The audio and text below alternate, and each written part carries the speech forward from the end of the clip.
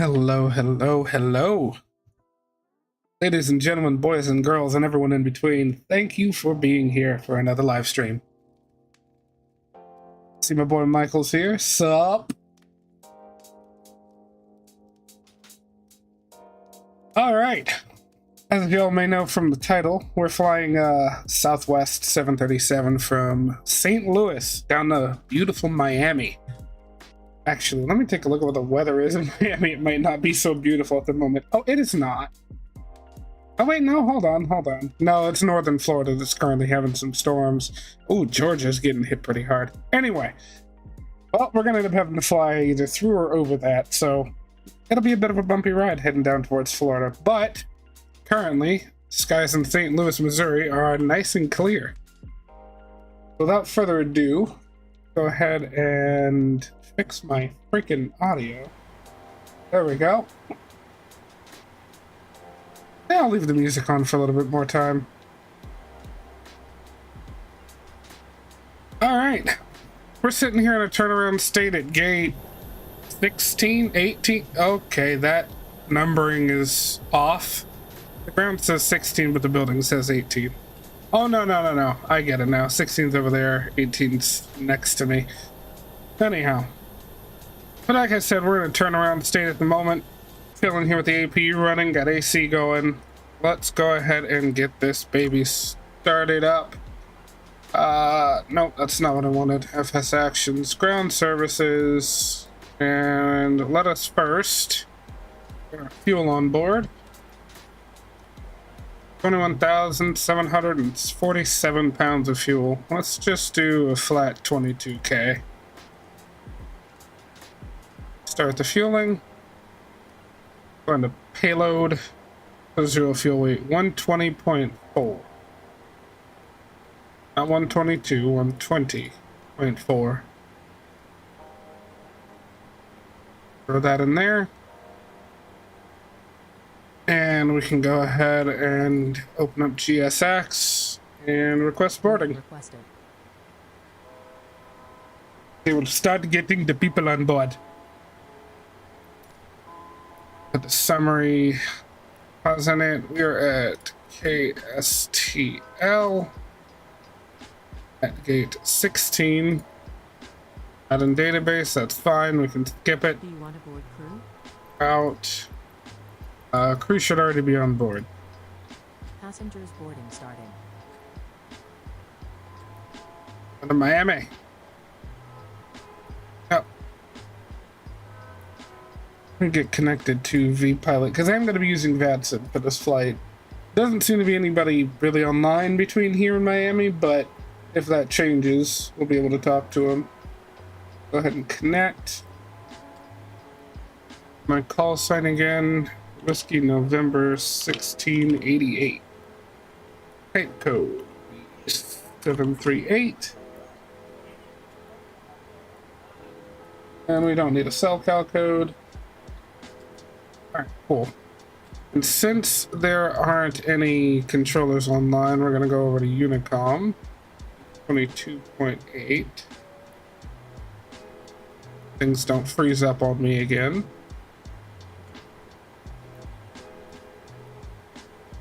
Right uplink ready, we'll load that in.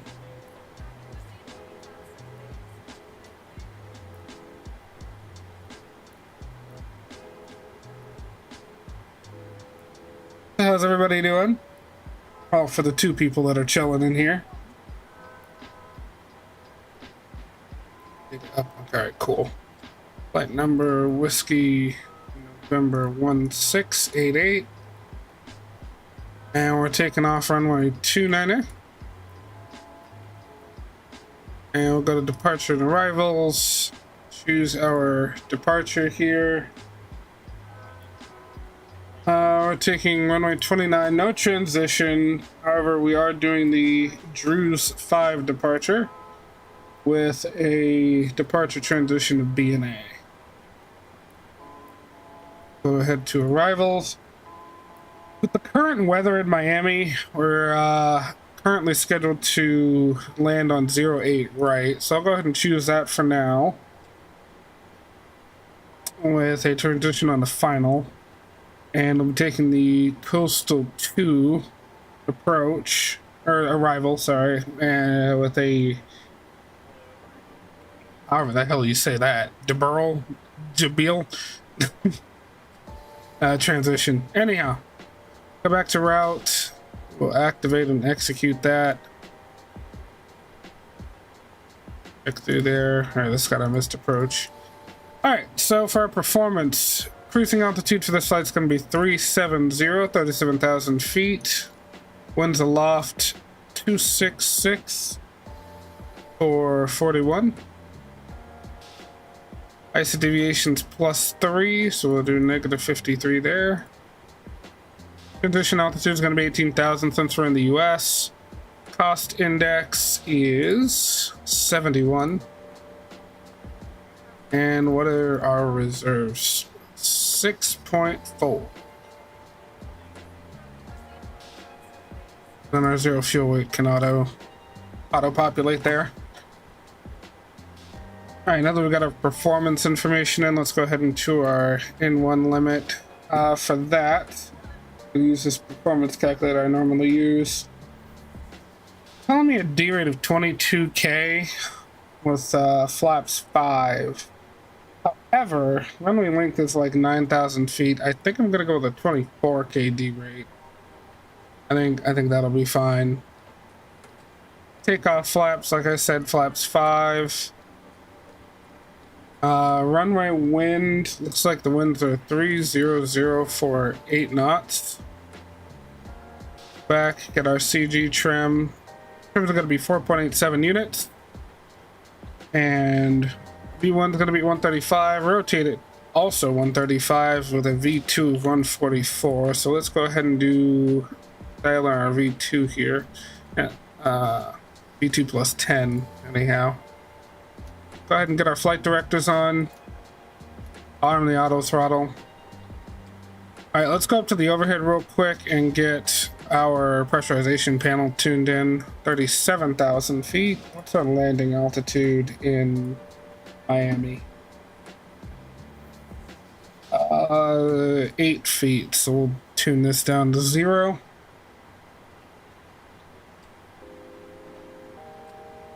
All right.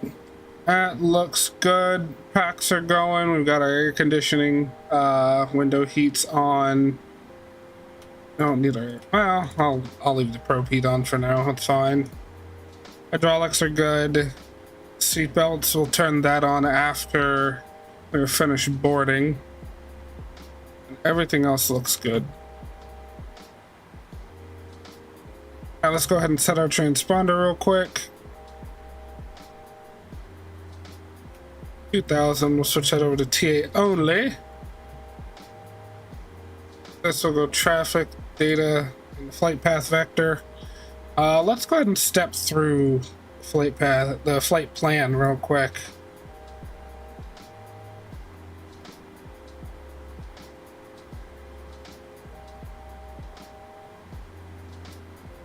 Back out a little bit. Everything looks good. There should be one discontinuity with vectors transitioning from the approach onto the arrival. Yep, and that is down in here. And then that's Miami. All right, we're good. Flight plan is in and it didn't have any crazy issues. Not that I expected there to be any, but you know, anything can happen. Dial in our cruising altitude here of 37,000 since we don't have a controller online to give us a hold altitude. And we'll arm VNAV and LNAV. Let's find out what the runway heading is for 29er. Runway 29er heading 303. I will go ahead and dial that in on the heading bug.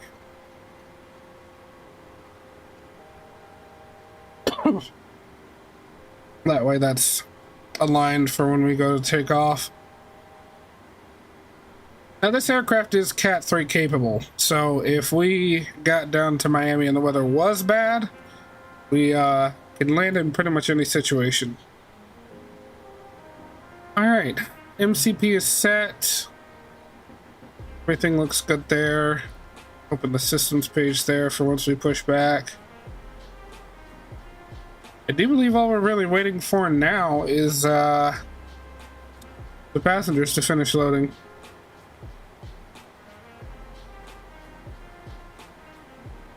We've got everything else.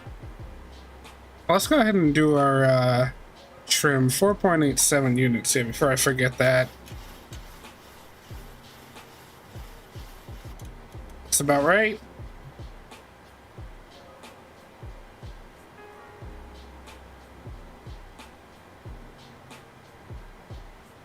Yeah, everything is fantastic there. All right, so let's go ahead. Boarding is completed. Seems like we've got all our fuel on board. We'll release the fuel truck. We've got our parking brake on, so I'll go ahead and have the chocks removed. Let's take a quick look outside. All right, the belt loaders are pulling back. Pretty much ready to go.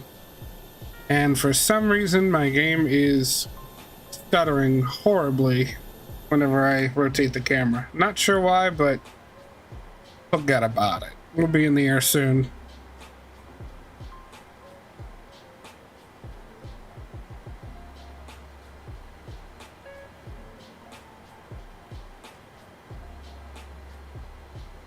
You know what? Let me do a little thing with this.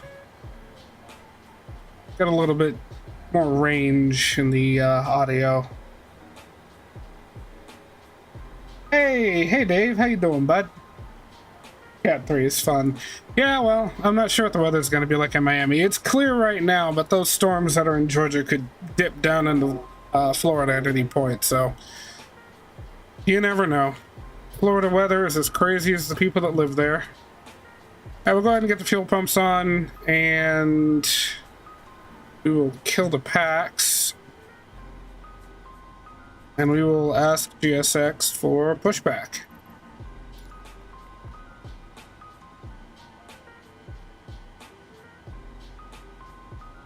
We'll also go ahead and kill off the music.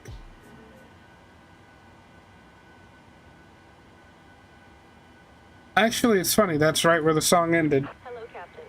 We are ready for pushback. Cool, I would hope so.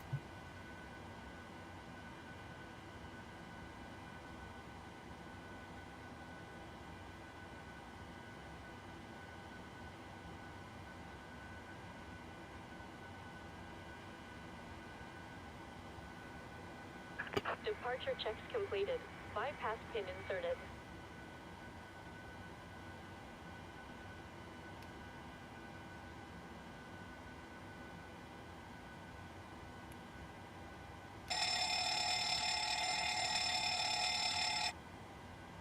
Sorry about that. I wanted to do the fire test just because.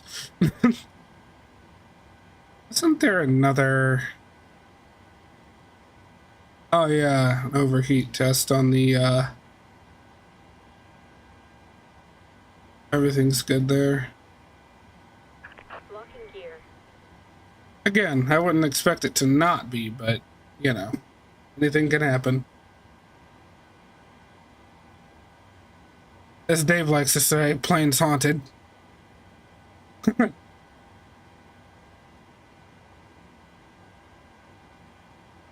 All right, I need to do nose right, tail left. Parking brakes. You know what? I will release the parking brakes, but not because you told me to. All engines clear. Start at will. Are the engines clear? Are they really clear? Nope, I can see them. I can't see through them. They are not clear. That's okay. You guys can murder me at any point for that joke. I fully accept my my death. All right. Let's go ahead and get rotation on engine 2.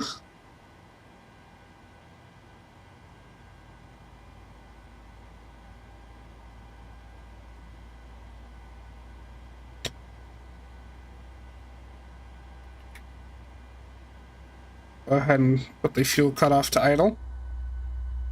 Jesus, my computer is struggling today. Let's make sure Streamlabs isn't having any issues.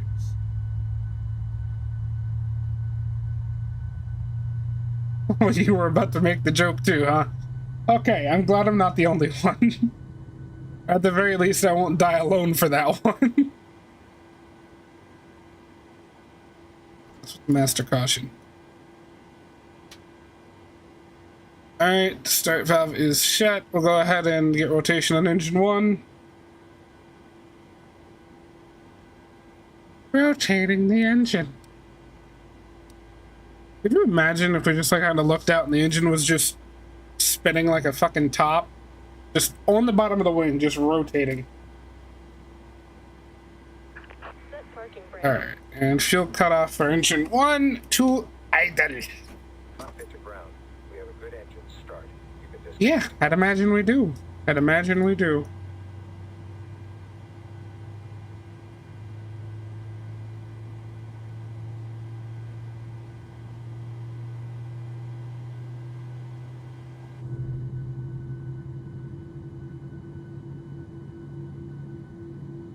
Oh yeah. Forget about the wonky ground texture over there behind us to the left. Alright, both engines are running. We can go ahead and kill the APU bleed, bring on the engine bleed so we can bring the packs back on. Well, the zone temp warning there, but that'll clear eventually. Engine generators, and we can murder the APU. Alright. Flight controls check. Full left. Full right. Center. Full back. Pin removed. Full forward. Centered. And rudder. Full left. Is clear. And right is not working correctly. That's because of my pedals. Hold on.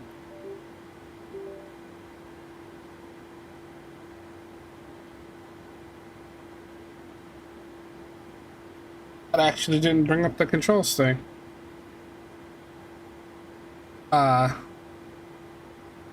Flight sim? Flight sim, what you doing?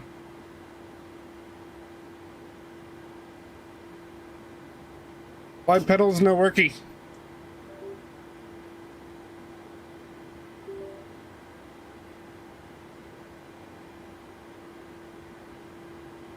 Okay, full left, full right, center. Okay, that worked.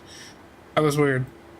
Because usually it opens up the pause menu just like, oh, do you want to use default controls or do you want to customize? This is a new peripheral. I'm like, no, it's not, and F off. But it didn't do it this time. Alright, let's get the anti-skid to RTO. I almost said RKO. Go ahead and auto set the altimeters with B on the keyboard. And I need to get the flaps down. Flaps 5 for this here takeoff. I just remembered I was flying the 747 the other day. I need to fix this.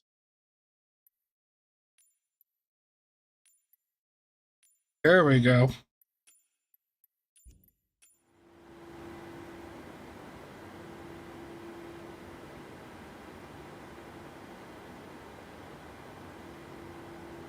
All right, we should be good to go.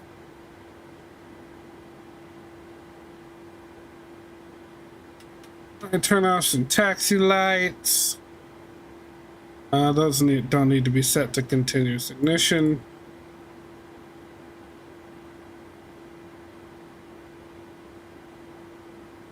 Let's see, what route are we taking?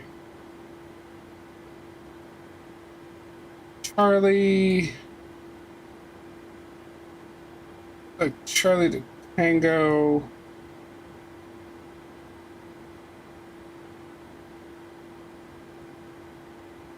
Alright, let's really quick make sure that V-Pilot is working correctly. Oh wait, hold on. Seems to be a controller online all of a sudden. We're nearby. Let me check the map, hold on. No, there is not.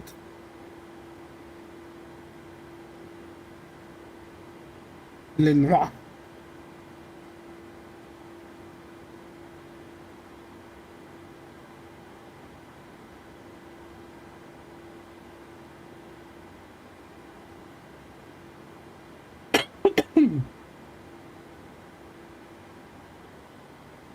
All right.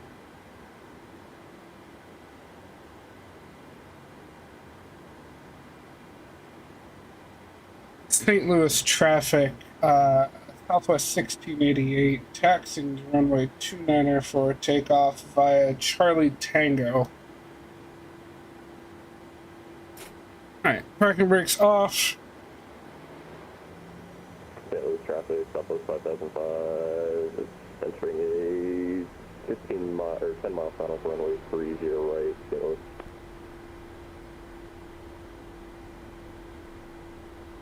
Something on the 3 mile final. I don't know why I was hearing double there, but let me see if I've got something set up wonky in the settings.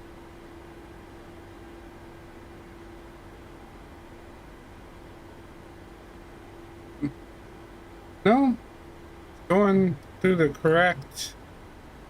You know what? Let me switch that actually.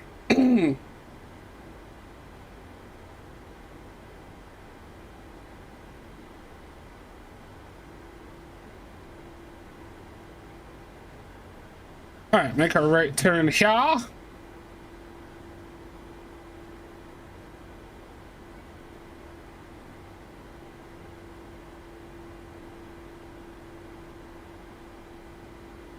Now the game stutters and sputters.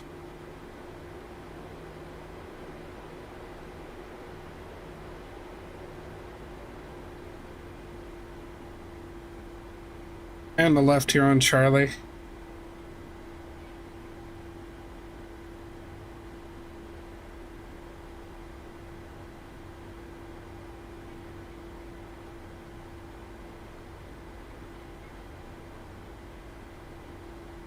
Oh, wait, no, this is Delta. Eh? Oh, no. That's Delta. We are on Charlie. Okay. I got confused for a second. Yeah, plane's haunted. That's just the way it is. You know the drill, Dave.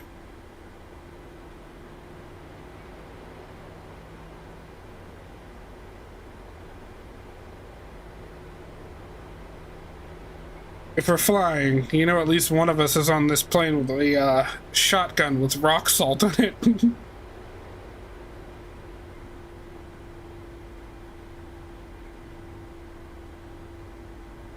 For legal purposes, that is a joke.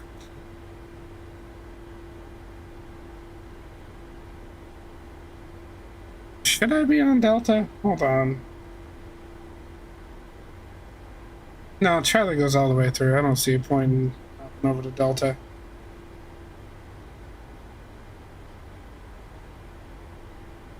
I do need to keep an eye on the vatsim map and make sure that nothing randomly does come online here.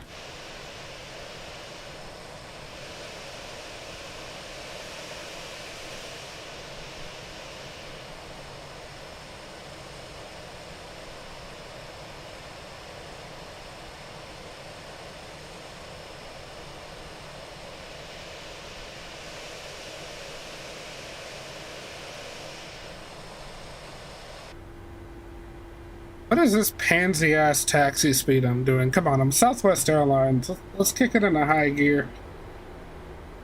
20 knots or bust. St.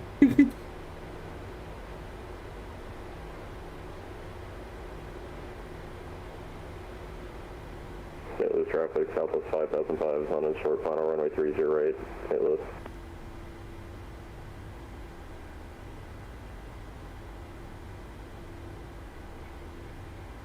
Short final for 30 right, you said. Well, I'm not going anywhere near 30 right, so that's Gucci.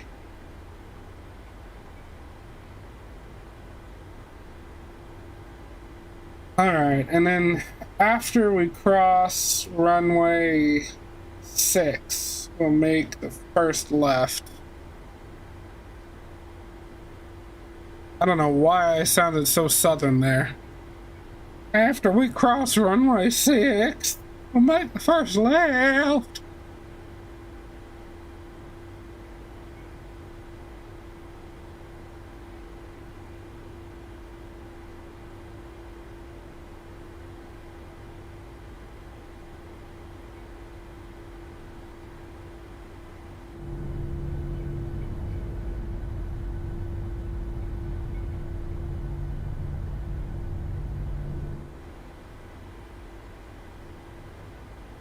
You know, if I recall, this airport scenery is haywire. I don't remember how much I paid for it, but I truly do not believe it was worth it.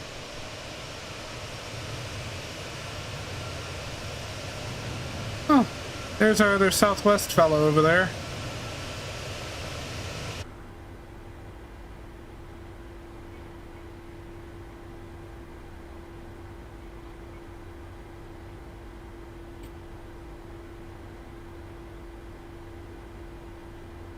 We're gonna go ahead and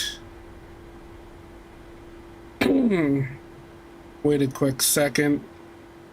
I mean, this isn't an active runway at the moment, but I want to make absolutely sure there ain't no one coming. Clear right, clear left. St. Louis traffic, Southwest 1688, crossing runway 6. Traffic Southwest 5005 is vacated, runway 30 right, news crossing 30 left.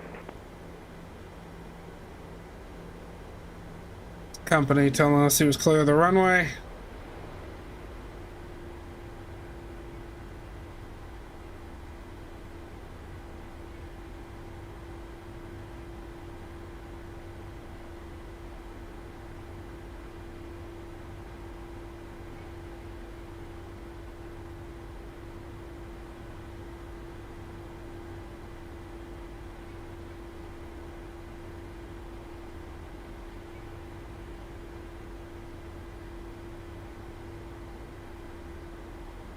For those of you that are here, Dave, do you does the stream have any issues, any stuttering, or the audio levels fine?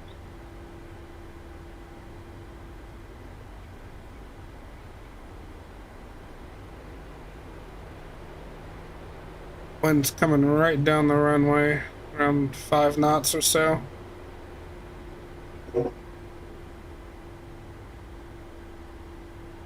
Dave! Dave, tell me.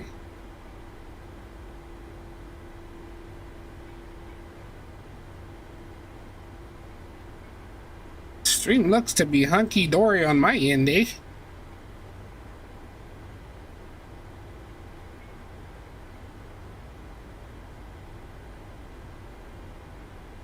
'29 should be right ahead of us. Water.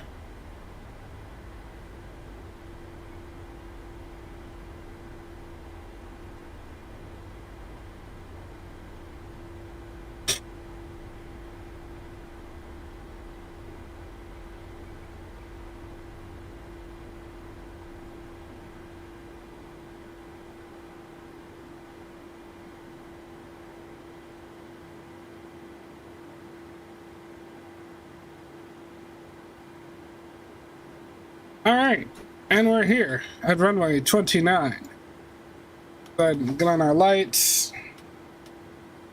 Don't need wing lights, don't need continuous ignition because weather's fine. Everything down there is good. Go ahead and get it on the transponder. Get out there.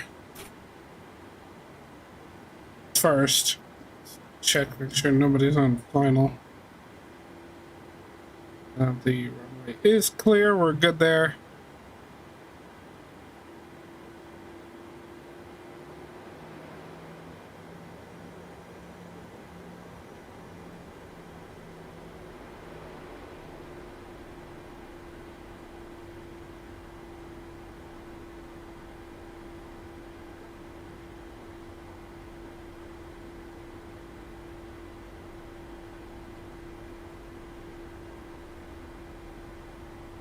St. Louis traffic, Southwest 1688, entering 29er for immediate takeoff.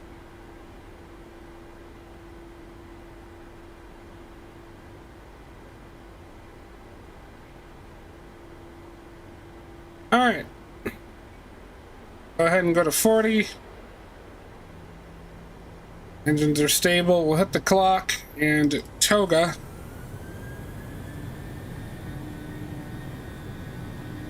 Airspeed alive.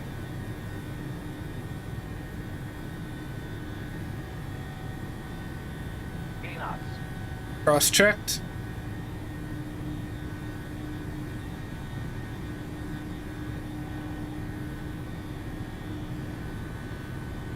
VT.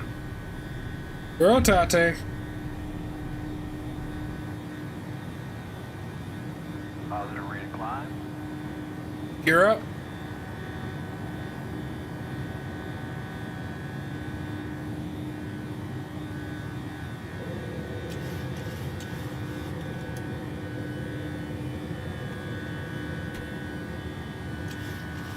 Flaps 2.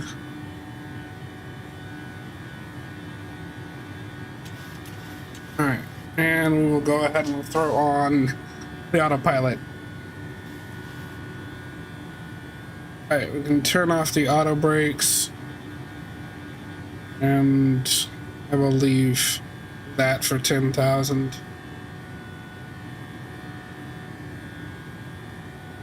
Let's monitor systems for a moment.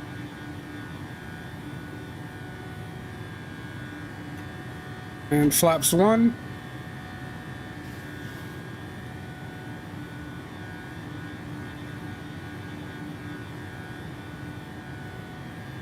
And flaps up.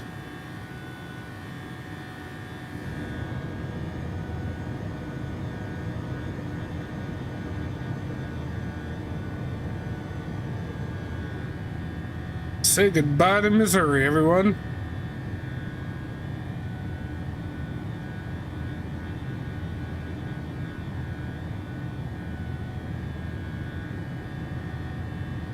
And my frame rate. Say goodbye to Missouri and my frame rate. There is something about that airport scenery that my computer does not like.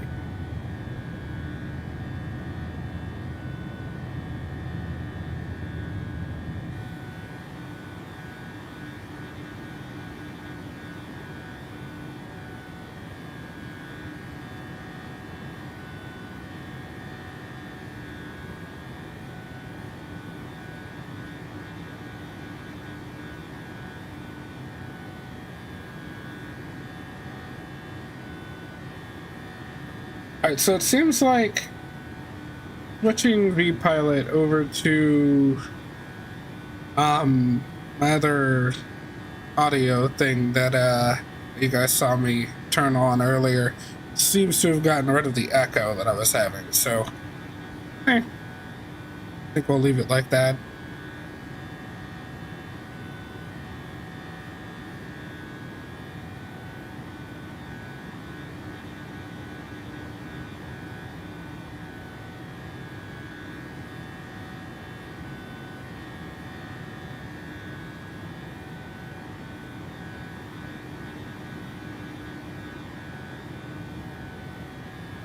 Those storm systems over in Georgia are going to make things rather rocky.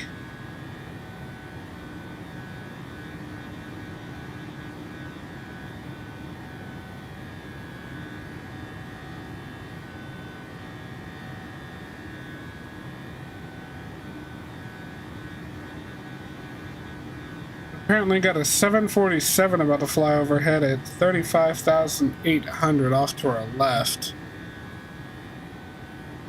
I mean, we won't be able to see it yet, but it'll be up there.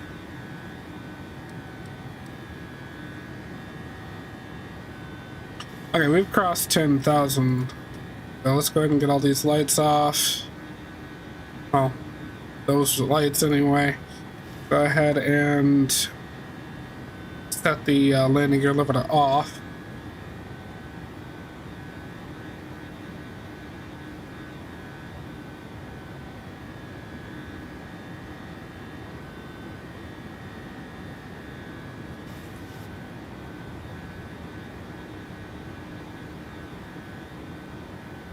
Oh, it says D-Ruse, not cruise. That would have been funny. There we go. There's a nice view.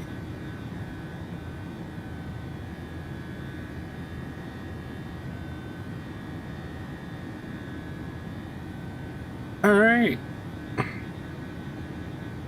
You know what? I just remembered something that I forgot to bring up.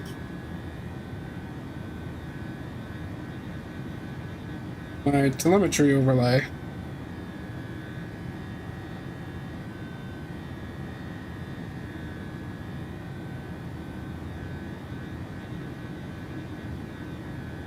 Hang on just a second, I will get it going for y'all. Open overlay, and we just gotta cycle it. There we go. Sorry about that.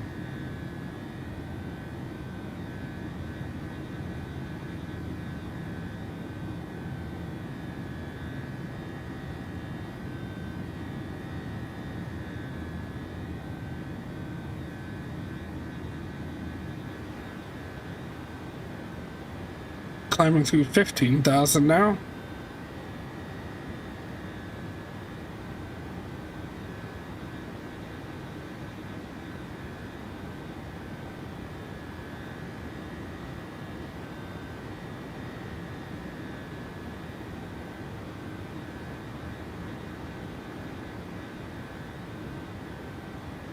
I'm gonna move this over here, and hopefully you guys can see it. Yep. Cool. If I expand this a bit, this is our route down to Miami.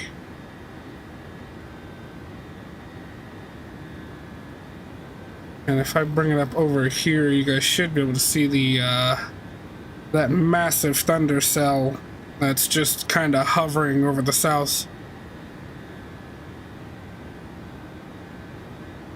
By the time we get there, most likely we'll end up flying through probably this part of it. If I recall, this storm system isn't moving that quickly. So things are going to get rather bumpy over here, because if I recall, those are some towering cumulonimbus clouds.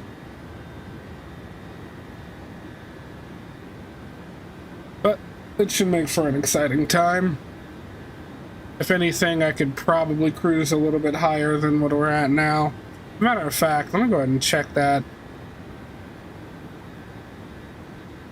Yeah, we can... Our optimum shows 38.8. And we're going to be flying at 37,000. Yeah, we should be perfectly good to climb a bit if we need to. Through 18,000 we'll set standard. Keep getting distracted. That's pretty much it. It's just a slow climb up to cruise now. Get there not too long.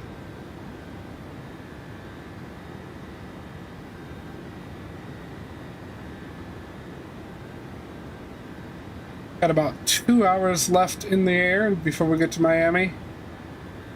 Like I said, the weather down there is... The weather in Miami at least seems to be fine. Everywhere else is where it's kind of, yeah. Gotta be completely honest with you, I really kind of wish that that storm was up here where I am. I love me some terrible weather.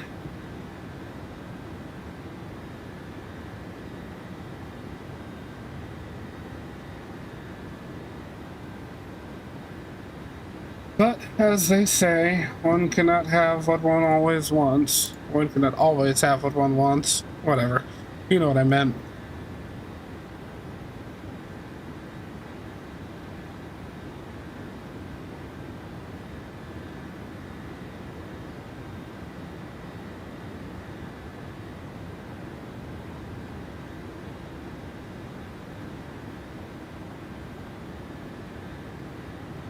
Looks like Orlando, Florida has ATIS and a ground controller online. It's pretty nice.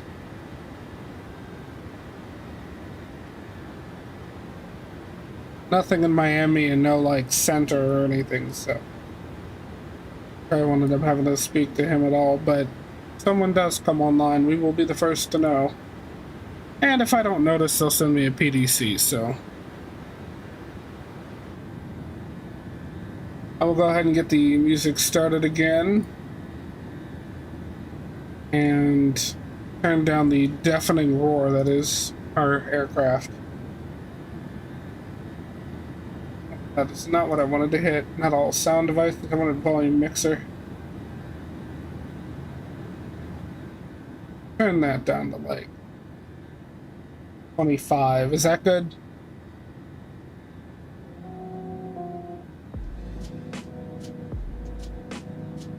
And oh yeah, good music right there.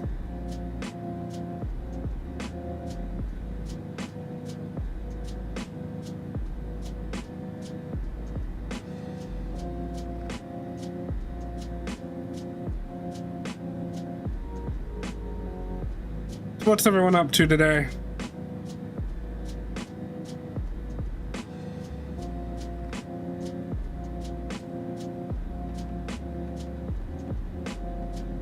I got up just before 7 this morning. I've been pretty much sitting in bed reading most of the day until now.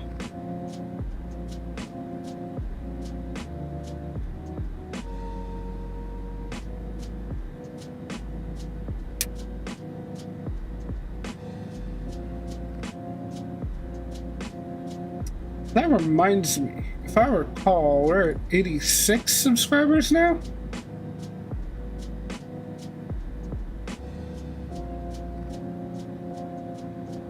Not too many before we had 100. Let me take a look at it. Yeah, 86.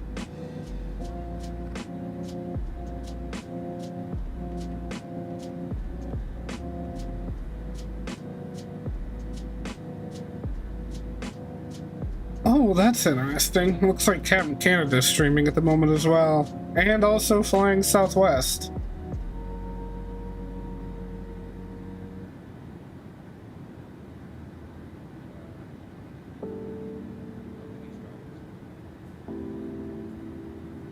Ah. He's flying, either to or from Ontario.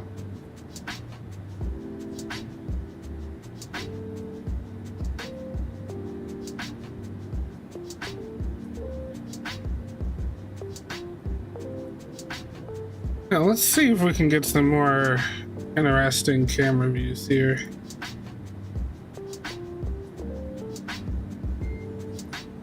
Go external. Go through the quick views. I haven't actually ever really looked through these.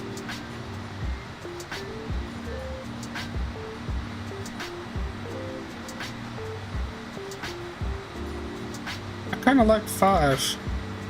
6 is nice too.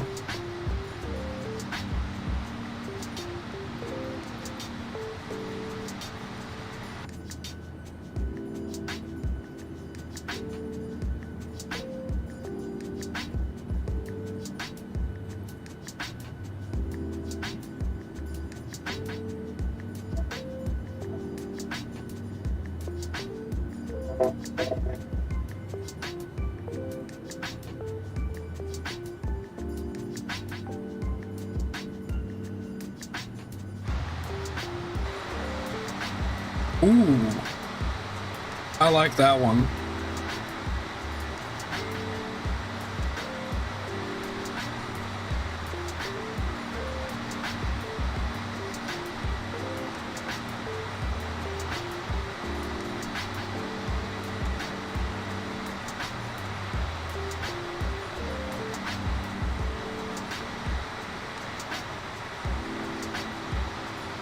Okay, that one's a little noisy.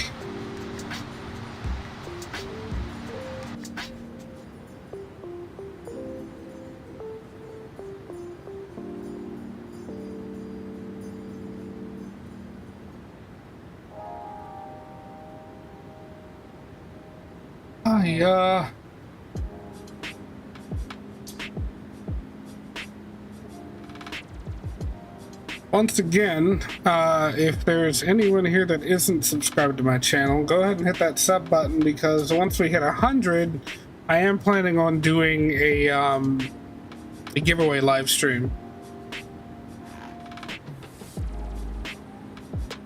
still not entirely sure what I want to,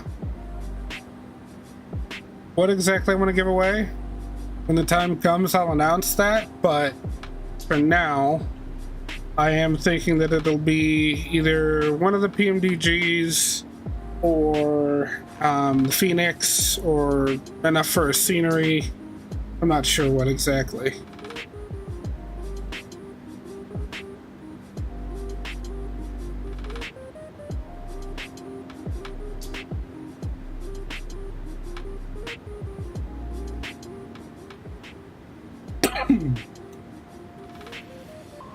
Excuse me, I've had a cough all morning I can't get rid of.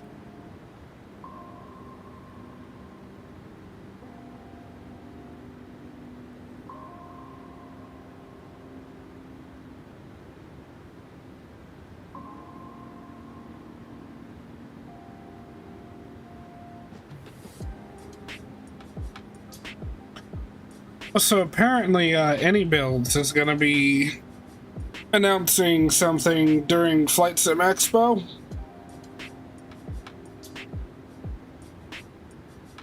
It looks to be another, or not another, but rather an A300 for Flight Sim.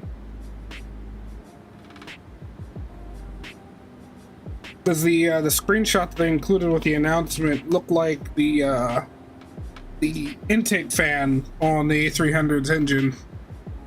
Either an A300 or possibly the freighter variant A310 that they had promised us a while back.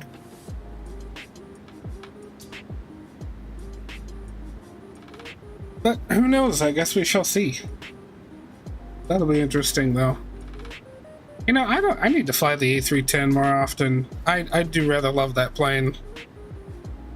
Just even with my 4080 and DLSS frame generation, I still have some frame rate issues with it, some performance problems.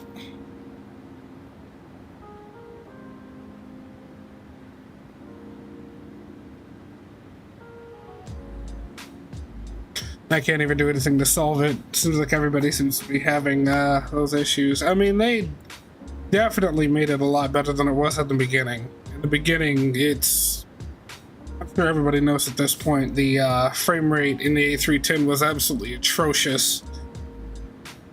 But it's not absolutely terrible now.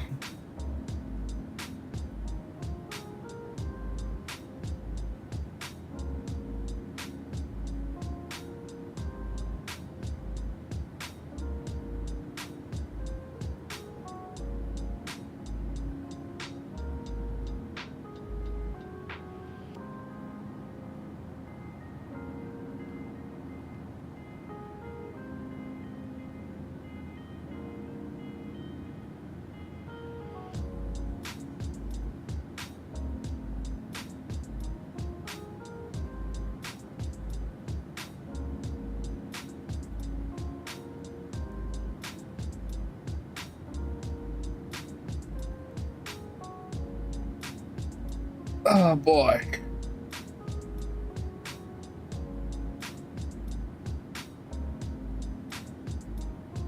I really wish that vatsim was a little more active earlier in the day.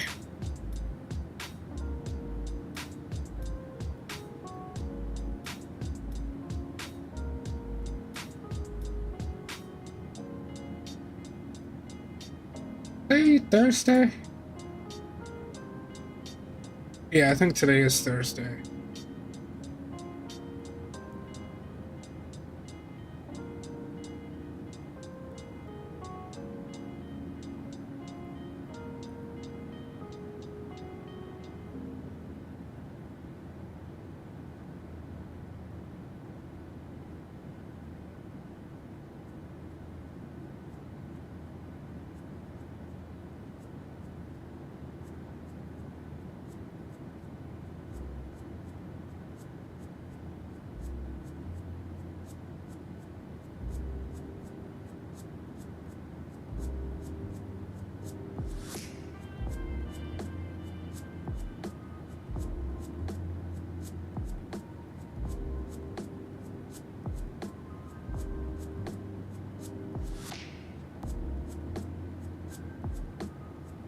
What do we got below us?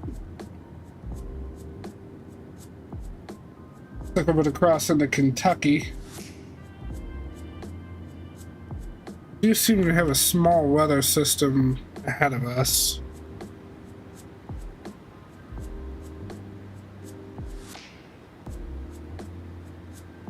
Oh, Flight Sim, your weather system needs to work.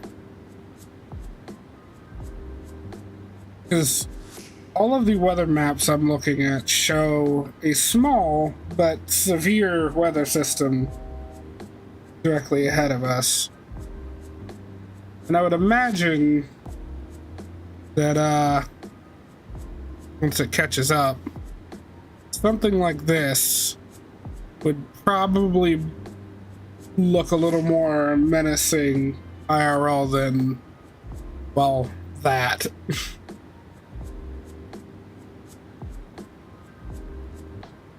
500 feet to our cruising altitude.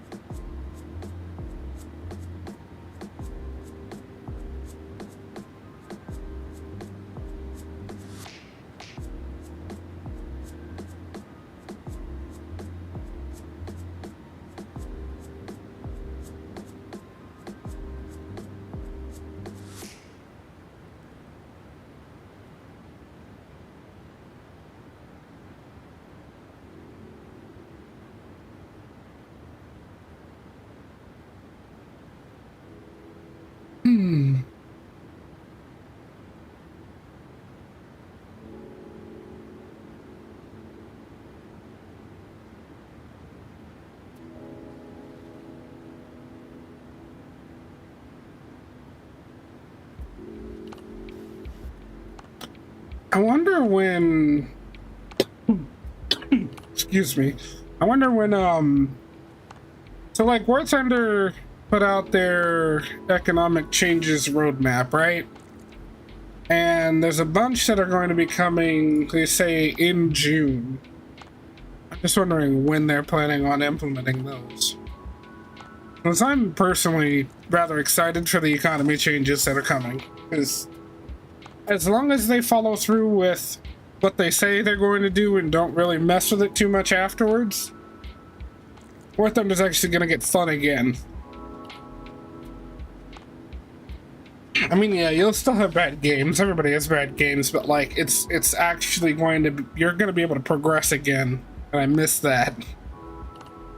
There are a lot of nations that I have that, like, earlier in the nation or earlier in the tech tree, you progress really, really fast, and then you get to a certain point, and it takes seemingly forever to get through 2 or 3 vehicles. And then you get to the very top, and then you're, if you play like I do, anyway, and just, you know, you're not no-lifing War Thunder, it could take months to get to one of the many variants of Abrams there are, or the, Black Knight that I've been, not even the Black Knight, I don't even have the one right before that, the one Challenger 2. I'd started the research on that months ago and I still don't have it. Then again, I don't play War Thunder every single day, but still, it shouldn't take that long to get one vehicle.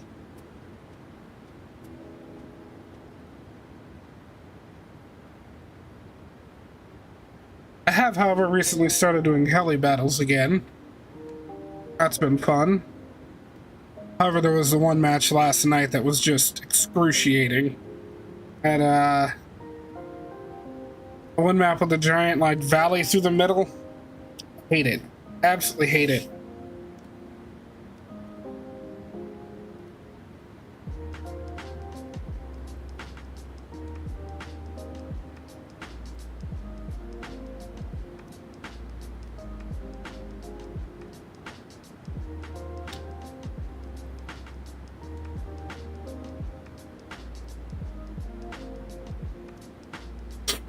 Cruising at Mach 0.8. Got like an hour and a half to go. I wonder if I can set this overlay to have like not miles left, but time to go is the progress bar. Oh.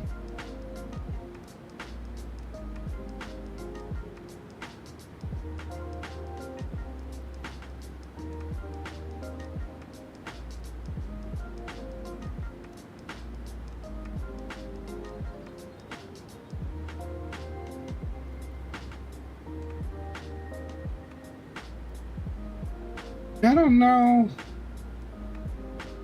I don't know if I can do that.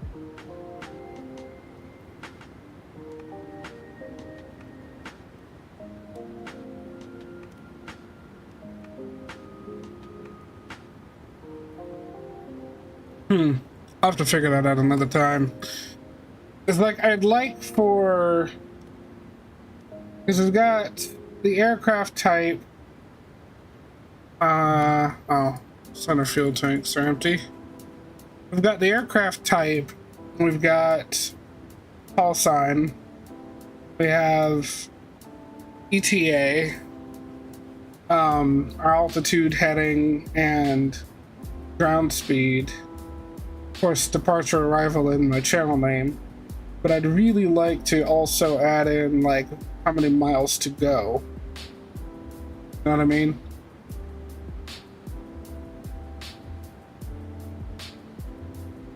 We got 708 miles to top of descent. We got quite a ways to go till TD. Like total miles, like track miles until we get there. That'd be nice to have.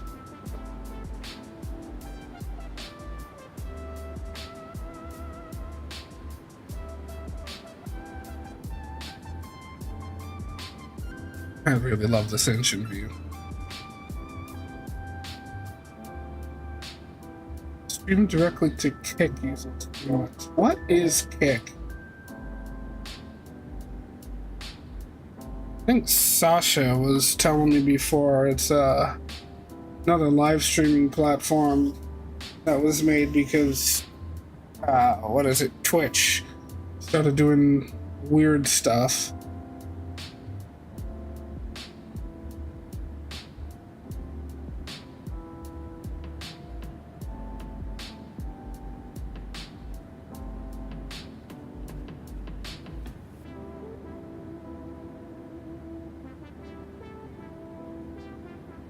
See.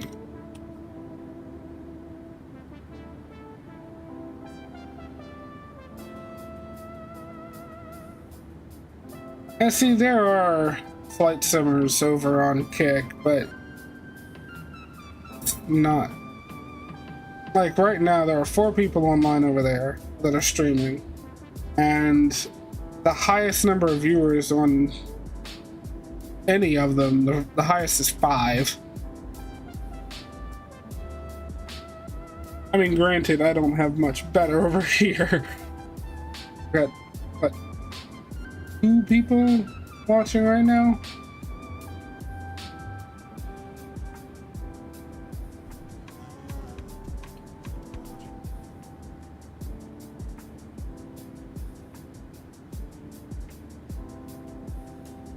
This guy's just frozen. Oh, yeah, it honestly just kind of looks like a knockoff of Twitch. I think maybe, well, no one says I have to stream flight sim content over there. I could play anything on any other platform. I don't know, I'll think about it. But maybe some of the other stuff I play, like War Thunder and whatnot, I can do over there. That might be fun. I honestly would like to stream War Thunder here on my YouTube, but I don't know if anyone would be really interested in that. I don't really want to make like long form video content of War Thunder. Maybe like shorts when something funny happens, but I don't really see myself being a War Thunder content creator.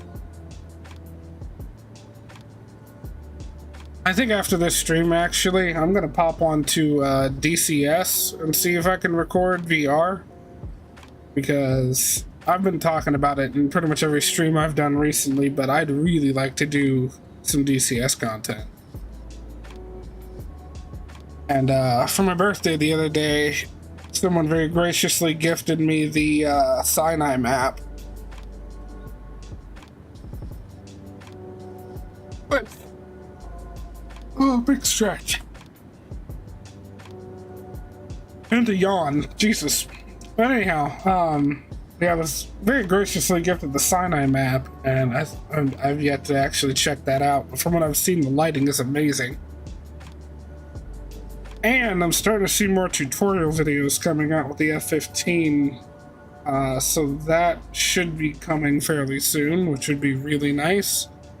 I feel like I've been waiting forever for that.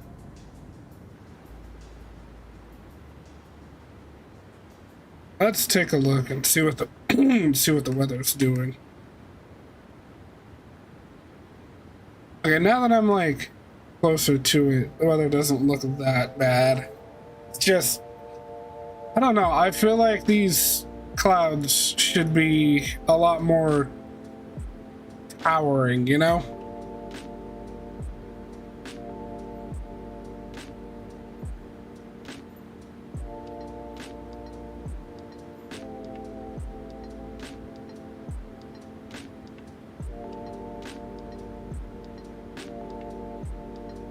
Cool, new camera view.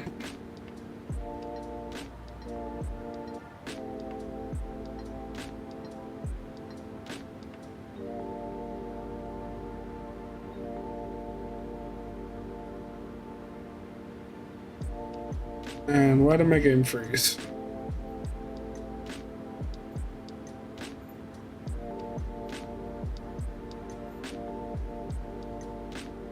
There we go.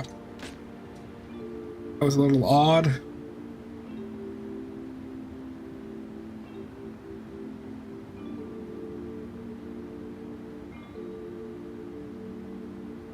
So I think I'm definitely going to start trying to use vatsim a lot more often.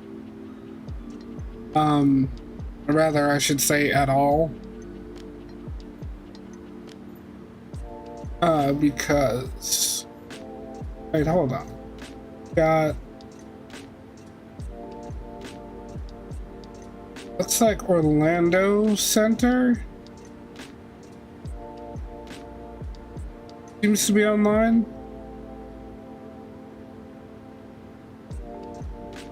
Okay, so Orlando Executive is ATIS. Orlando Sanford International also has ATIS. Regular Orlando International is still just ground and ATIS, and then Melbourne International Airport has ATIS. I don't know if the ground controller at Orlando is going to be acting as like center and whatnot for the area, but if we get a message to contact him, we surely will. Otherwise, I'm not really going to bother.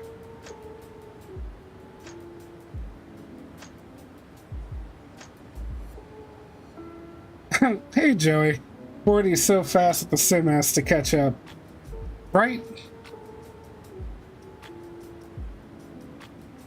Honestly, at this point, that seems to be what it is.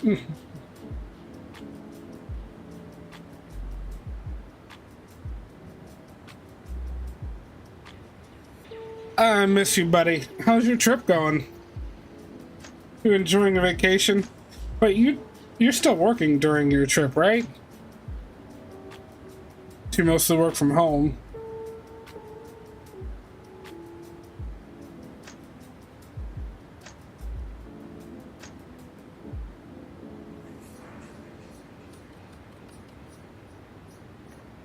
I'm really hoping that I can get together enough money soon to go visit my mother for her birthday.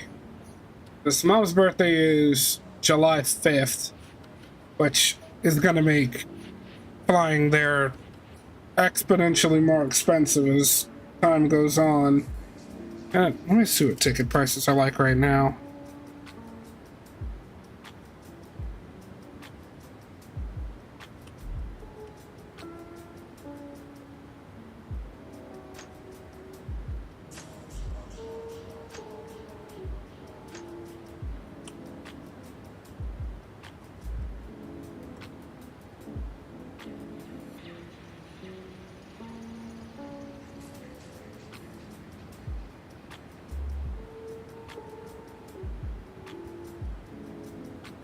Okay, the absolute cheapest flight before my mother's birthday is gonna be on the 2nd.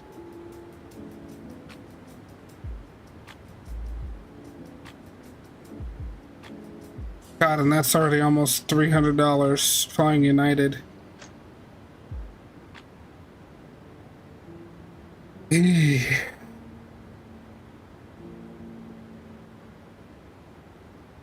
Pretty good so far. Always nice to see family and yeah, I'm working as well. Perks of being in tech.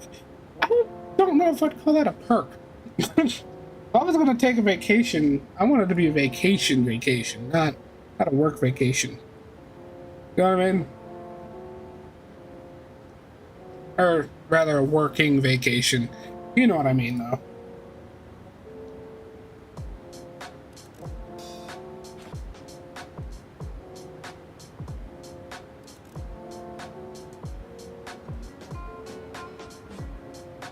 Does it feel strange being back where there's humidity in the air?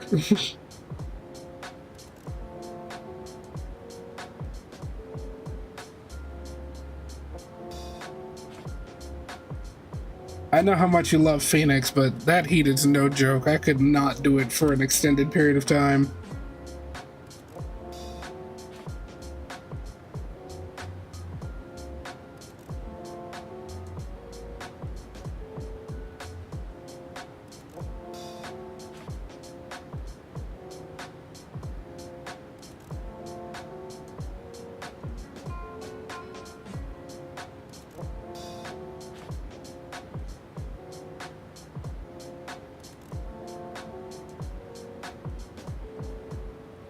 Let's see if we can find.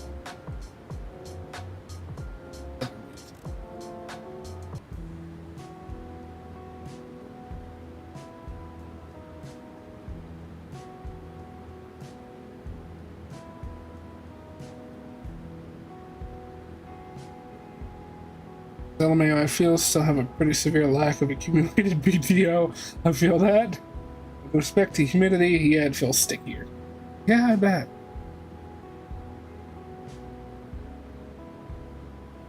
I don't know why that just reminded me of, what the heck is his name? The one comedian with the puppets. Damn it. How do I not remember his name? Jeff Dunham?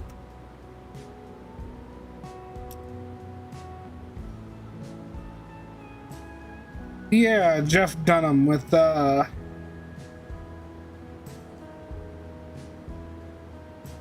the old one. I don't know. Ahmed's the dead.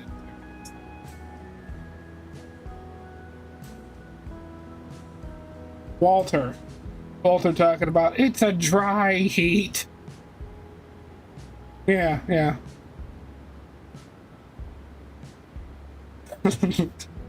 Talking about moss growing on his ass. That shit was funny. I don't really watch too much of Jeff Dunham, but that stuff is good.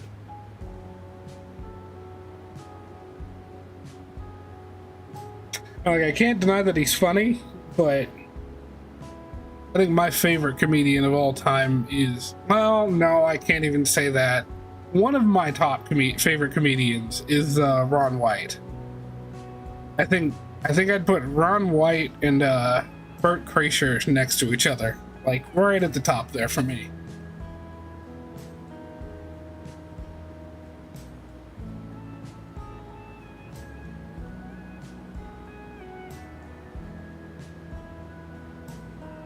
Call me tater salad. Speaking of potato salad, I'm getting kind of hungry.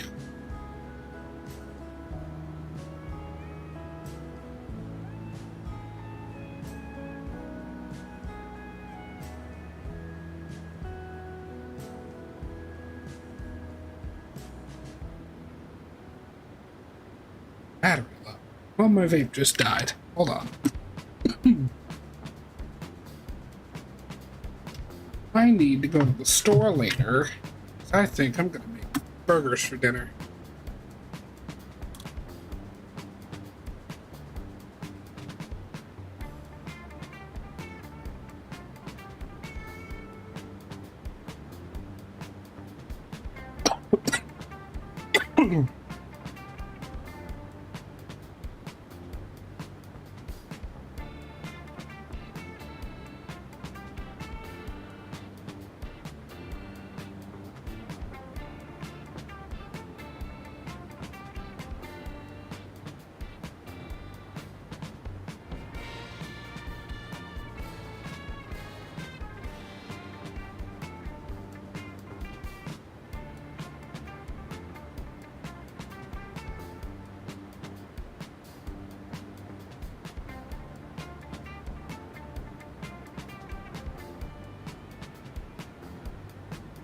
I had a big enough pot with some oil. I get some potatoes, cut them up, and make homemade French fries too. Mac and cheese sounds good. Any initial thoughts on Flight Sim 2024? Oh, don't get me fucking started. I think it looks good. Okay, I think it looks good. I think that they took what they did with Flight Sim 2020 and made it better. However, I don't believe that they needed to make it a completely separate sim.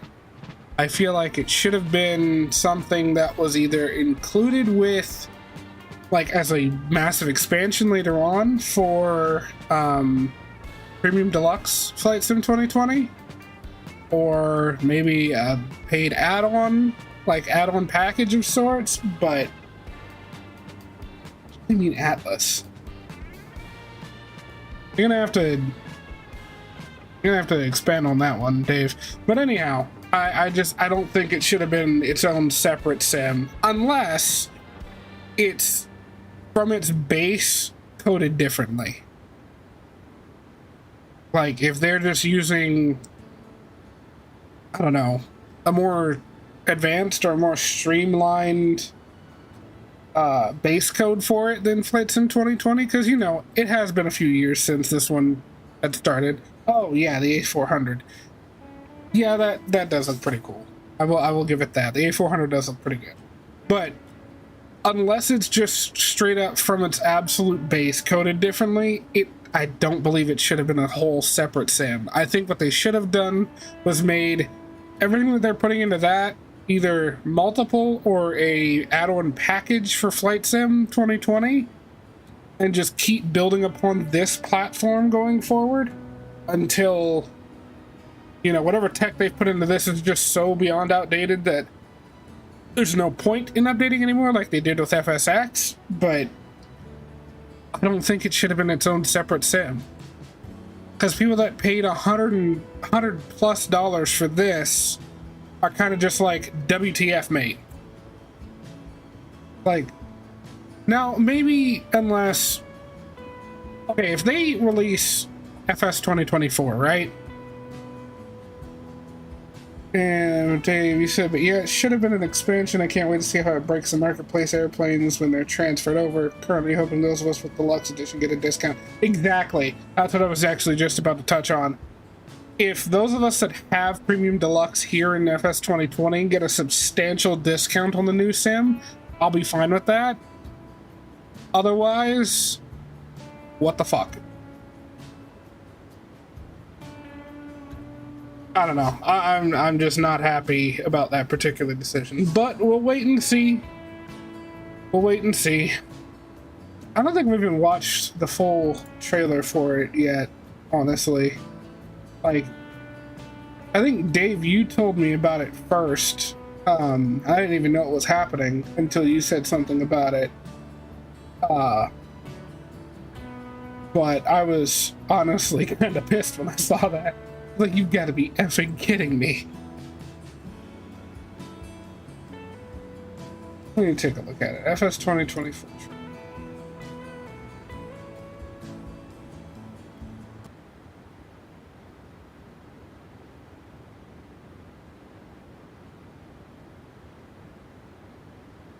Yeah, I'm even going to go ahead and open it up on stream just so we can...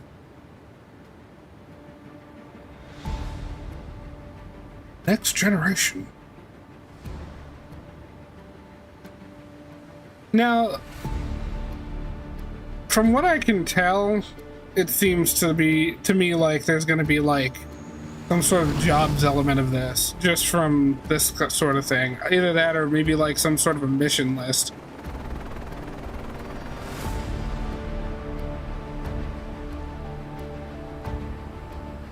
Just says I have mixed feelings as well. I understand it from the angle of needing to get revenue for all those cloud computing costs, which I'm sure must be massive. Ain't that the truth? I will say this, however, just because I paused here and it made me think about it. My main question is, will I have to buy PMDG a second time? I really freaking hope not. I really hope not. I think they're going to probably go the way of... I can't even think of the name of it now. X-Plane 12 with like third-party add-on developers, making it compatible, making what you already have from like X-Plane 11 compatible with X-Plane 12.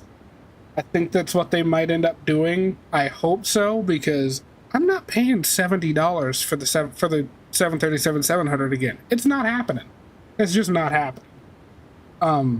But anyhow, as I was about to say, I think one of the really cool things that I do like about this is the attention to detail in, at the very least, the locations that they're showcasing here. Like earlier when they, like this scene right here, when they're doing this rescue, these rocks and whatnot are really well done. I really like the visual elements in this.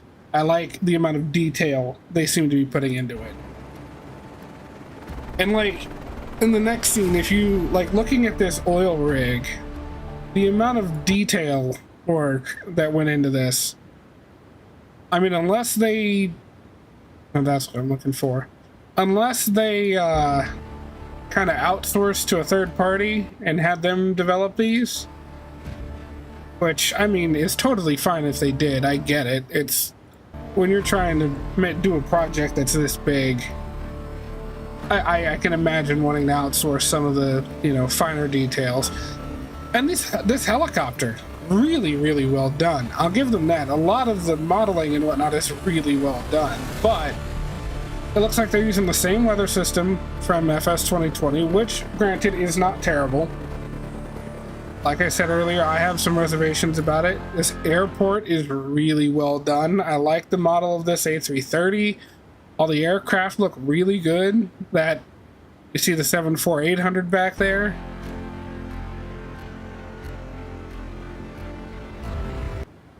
I'm really liking the reflections on the like the water on the ground. That's really nice too.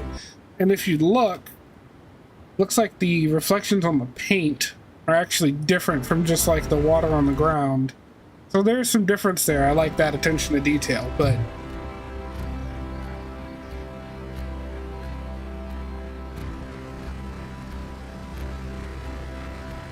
and the pilot models seem a little bit better.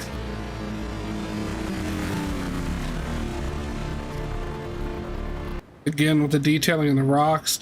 Now, if we look like off into this valley and at these mountains, I don't see any of the problem that I'm particularly having in our current flight sim, which is like off in the distance, or even just, I want to say a couple of miles outside of my immediate vicinity, like ground textures and mountains and whatnot look extremely low poly with an extremely low texture resolution.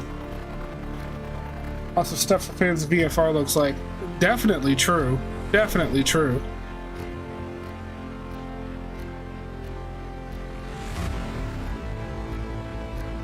And that's kind of cool. Interacting with the environment there. The Airbus Beluga, I will say that's pretty awesome as well.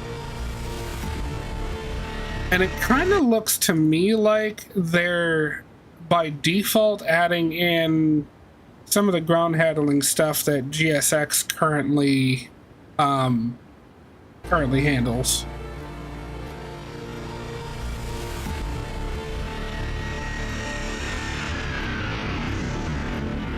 Ah, there it is.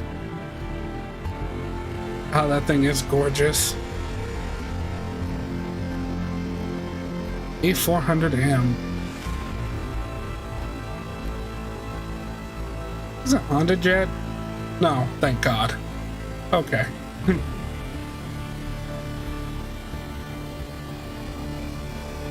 Air races. I like the look of the water. Give it that too. Water looks pretty good.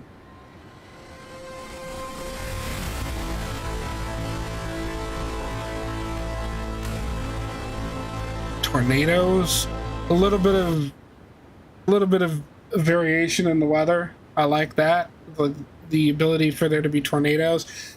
Now that makes me wonder, is there going to be a little bit of better simulation of other weather events like hurricanes and whatnot? Is that going to be better modeled? Because there was a hurricane, I think last year, that I... What in the hell is that? Okay, and the A-10. Hold on. I think I just saw something weird. Is that a bloody camera where the gun should be? I'm moving on. Moving on.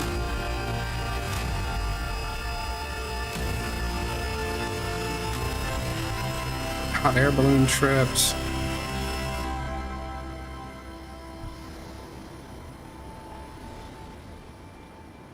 Sky is calling.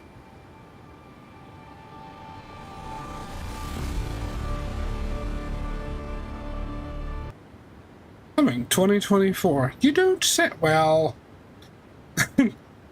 let's see. Okay, chat's kind of moved a bit since I last looked. Hey, Panther! How long a happy birthday, you filthy animal. Thanks, buddy.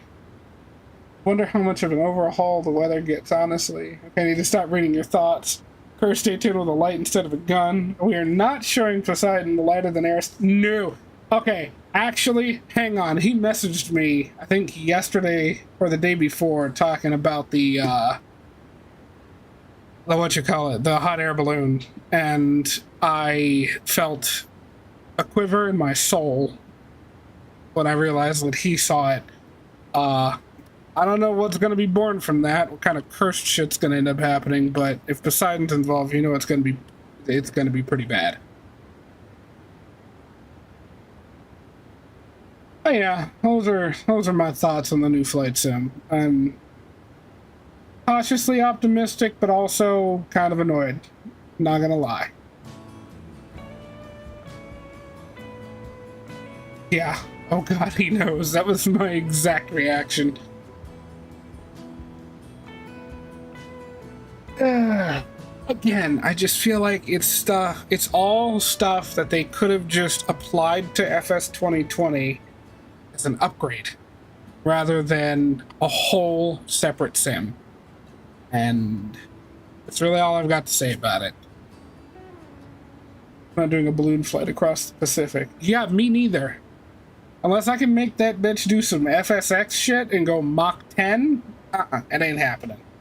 Minimum system requirements until Xeon RTX 4090, 128 gigabytes RAM, 4 terabyte SSD. Wait, is that actually?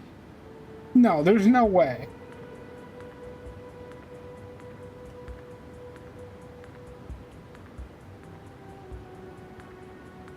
Or are you making a joke? I really hope you were making a joke.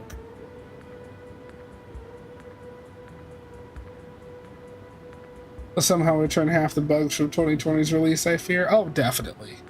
This is Microsoft we're talking about.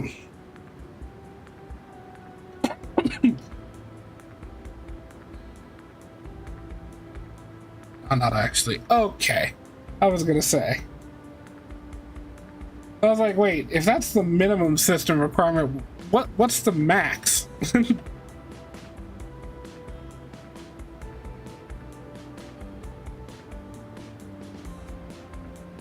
Maximum is technology from the USS Enterprise.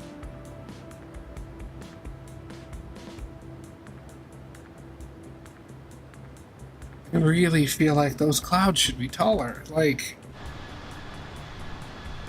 IRL, storms like that, because this is the beginning of that giant, massive storms that's floating over the South right now.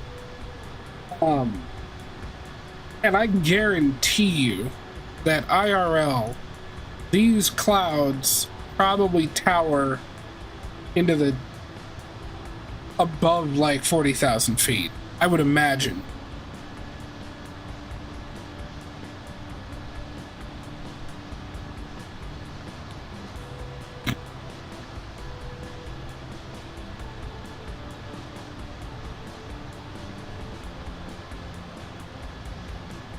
No. Like, let me take a look. So, Savannah, Georgia. No, not Savannah. Hold on, let me see. Where's the worst storm? At the very least, where am I at? We'll look at METAR for that region.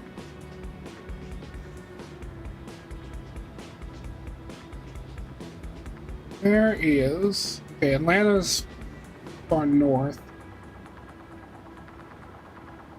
Well, Atlanta's actually kind of right off to our right. Further over that way.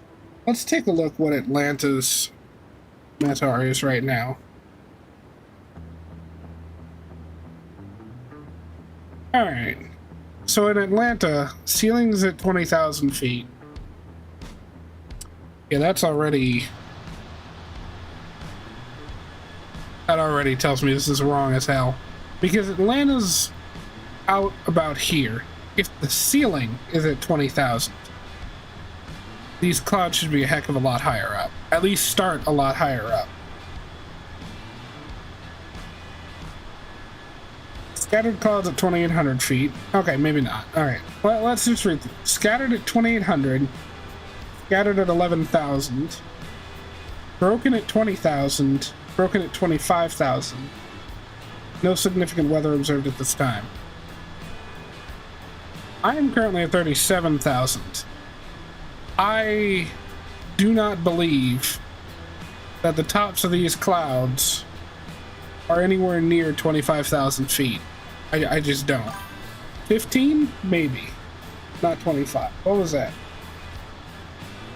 Or Suns. Thanks for the sub.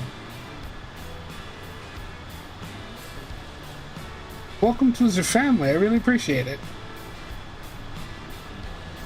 Yeah. I don't believe. I don't. Yeah, whatever. I'm gonna just let it go. I'm gonna let it go.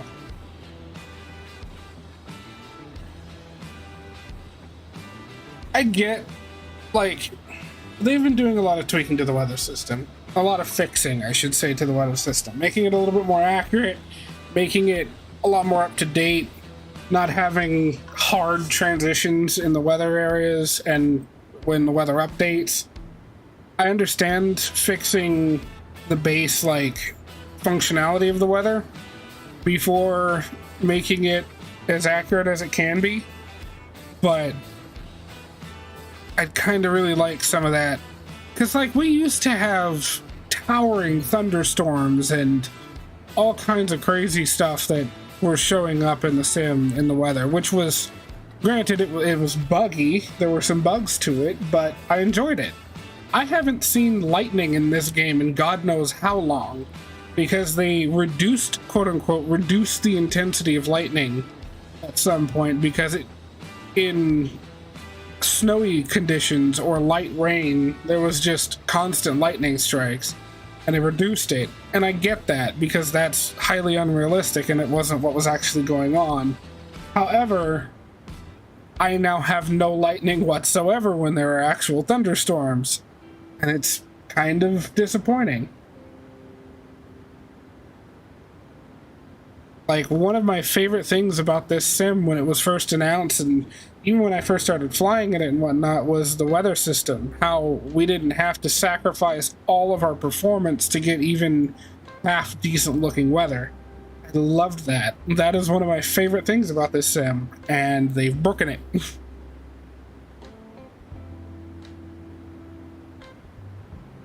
Because, like, this that I'm seeing here just looks like patchy, well, not really patchy. Well, really, honestly, patchy cloud cover on a rainy day. Not like the thunderstorms that the South is seeing right now. You know, I wonder if I switch to the thunderstorm preset, will that change things? And well, that did something. We're not going to talk about it. Let's see. We'll switch to storm.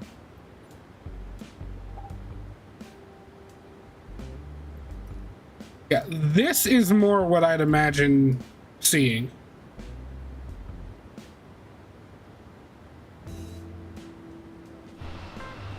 This is more what I imagine I should be seeing right now. Towering thunderheads, fucking some rather interesting winds going on at the tops up here. You know, not a little baby patchy blanket of clouds that was down there earlier. Like, look at that.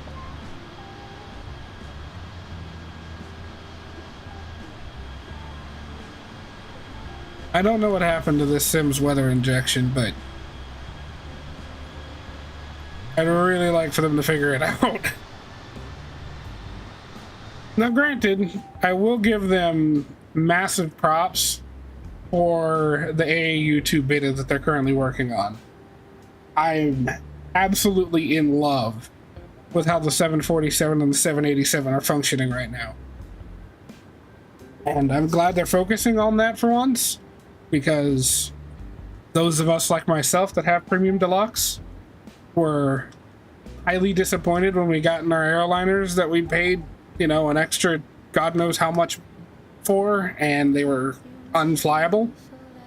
I'm glad that they're focusing on those at the moment, really am, but there's some other things that also need some attention, most definitely. Like this. I'm gonna stop ranting about weather. That done got me all riled up. Fuckers are my closest friends. You know what pushes my buttons.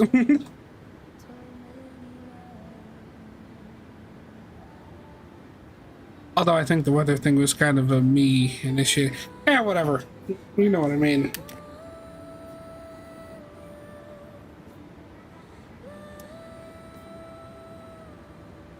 Alright, let's see where we are.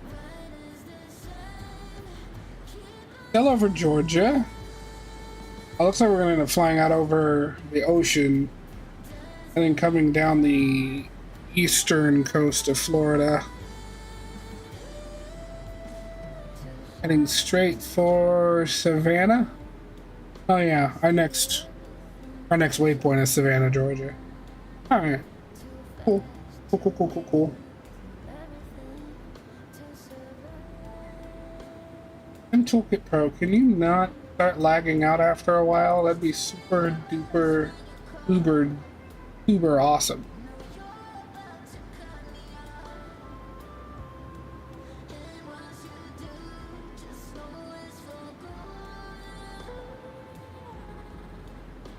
Light.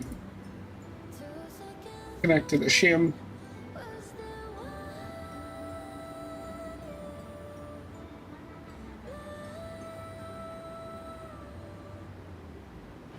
Bring that back up.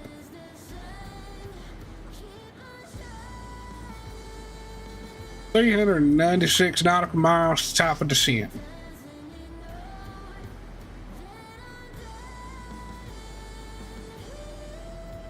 So what are you filthy hooligans up to? Y'all chilling in Discord right now?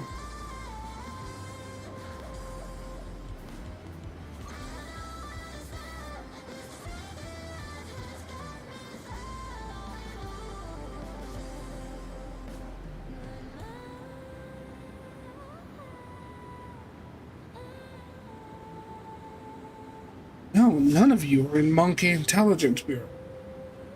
Unless you're in a secret channel. Which, if you are, fuck you.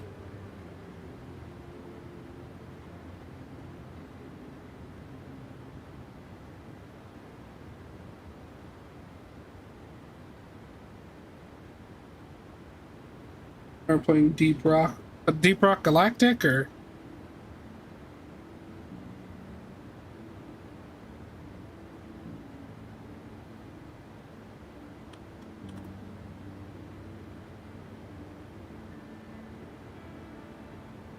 Seems legit. Dave, I will find you.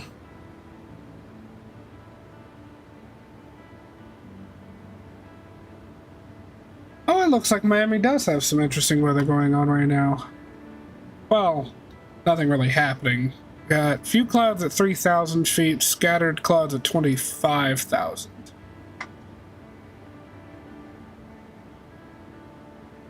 I don't see scattered clouds at 25,000. I don't know. I don't know what I'm going to do. But it's not going to be legal, I can tell you that much.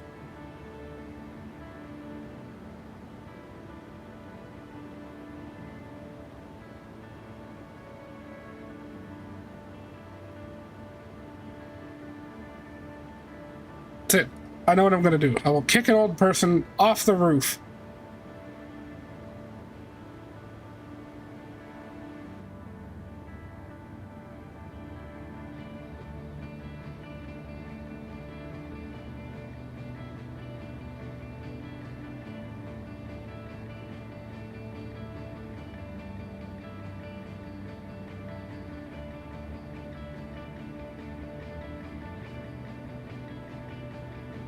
Then I'll send Dave some french fries in the mail, in a package, with a note that says, enjoy the fries, and make sure I underline fries, and then put on the end, PS, they're not called chips.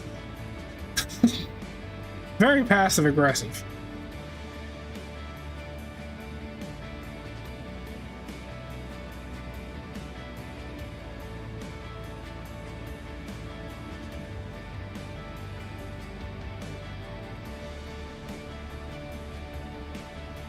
Hey, we're at 88 subs. He said, oh God, have mercy. You get to the surprise, but I don't get my peanuts. Well, did you ask the flight attendant? I'm flying the bitch. I don't pass out the peanuts. Fuck I look like.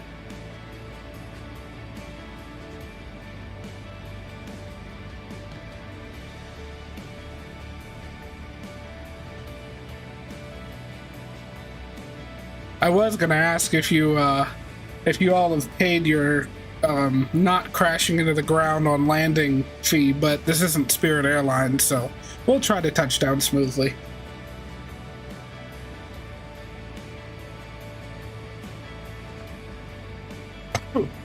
No, if this was Spirit Airlines, I'd divert to an airport that's close enough to your destination to give you hope, but just far enough away that it's going to be hella expensive for you to get there by car.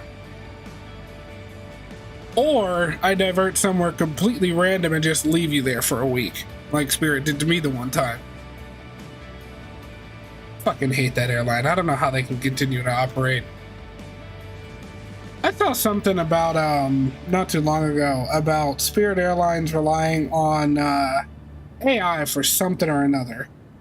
Like they were integrating AI into some sort of a system or something that they use, and I was like, why do that? Just like everyone needs a little spice in their life. I was like, why do that? Spirit Airlines, all you need to do to make your travel more efficient is actually go to the destination that you say your plane is going to. That's it.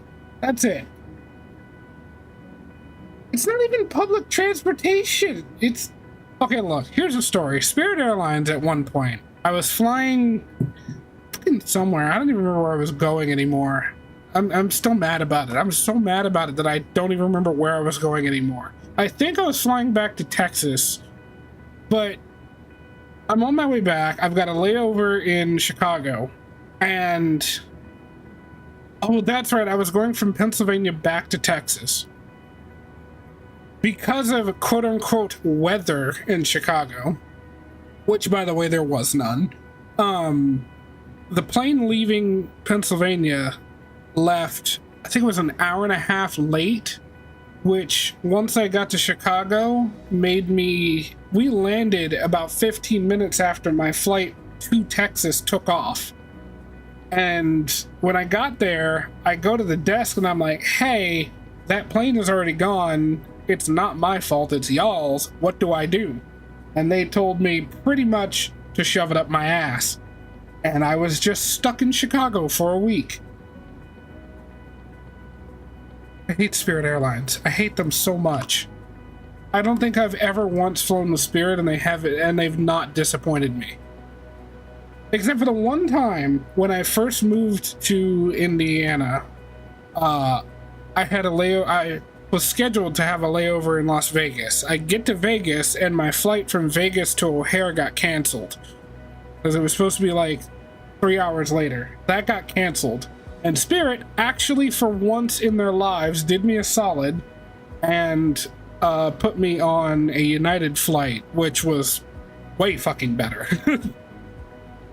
It was still economy, but it was way, way better.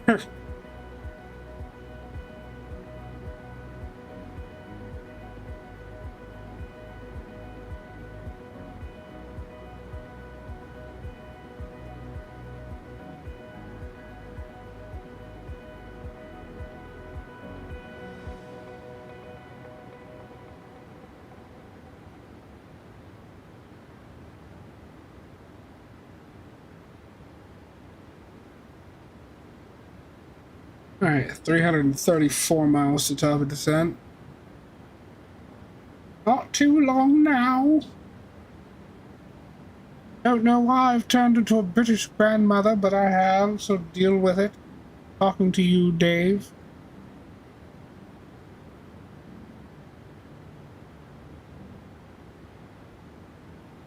Into the thick of it. Into the thick of it.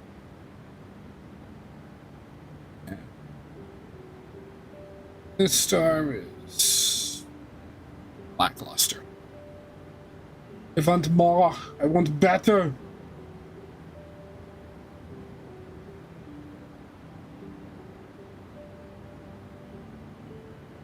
She's resurrecting.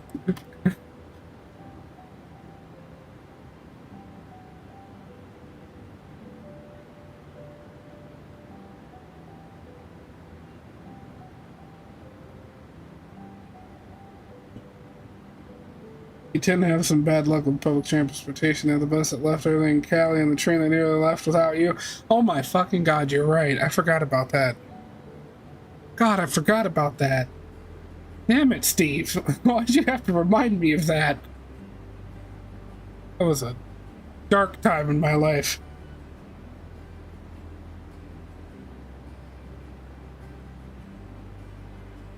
Ugh.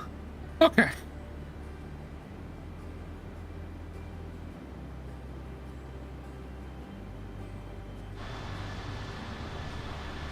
Okay, we got some. It's getting a little better. It's getting a little better.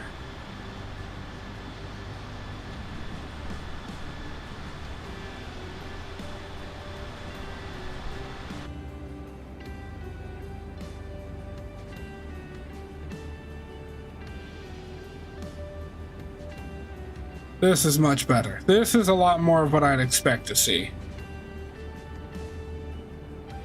You made it through, so it's just a funny story now.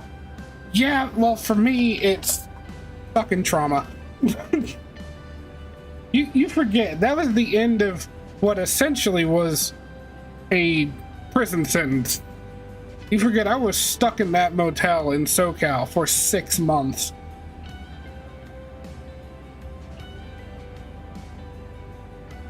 I was stressed out, I was tired, I just wanted to be home. Everything about it was ass.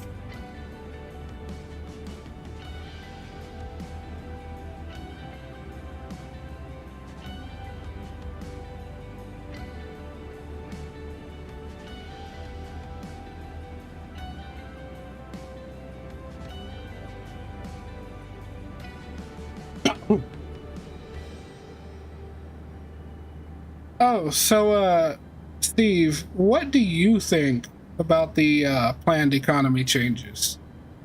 As I know you've definitely got some opinions, and I'd very much like to hear them.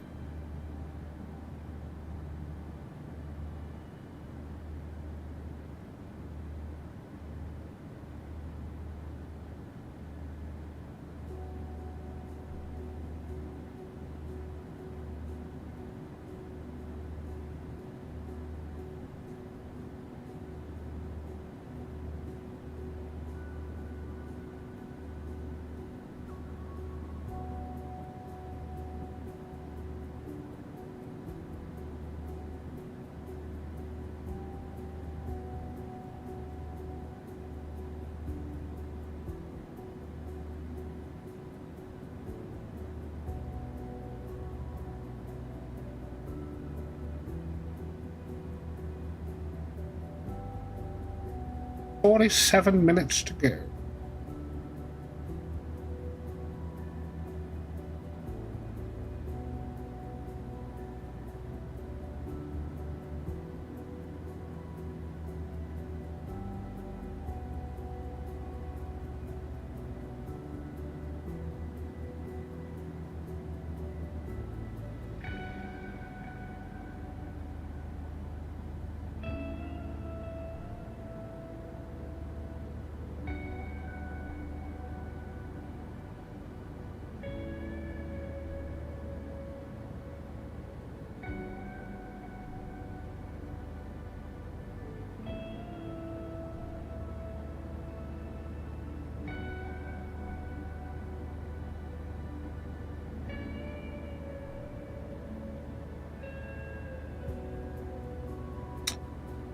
Winds in Miami are 160 for 12, so south.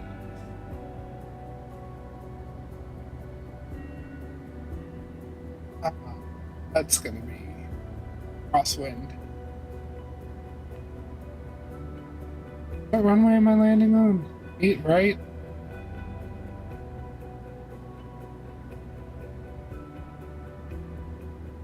I'm on a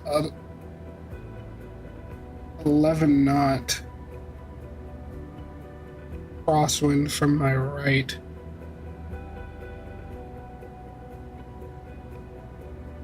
That is if the winds continue as they are currently in Miami.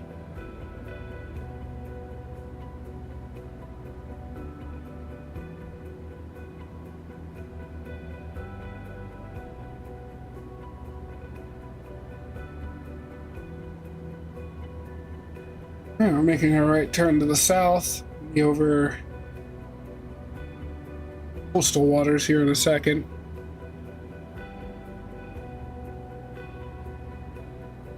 Now, I feel like with how warm the Atlantic is right now,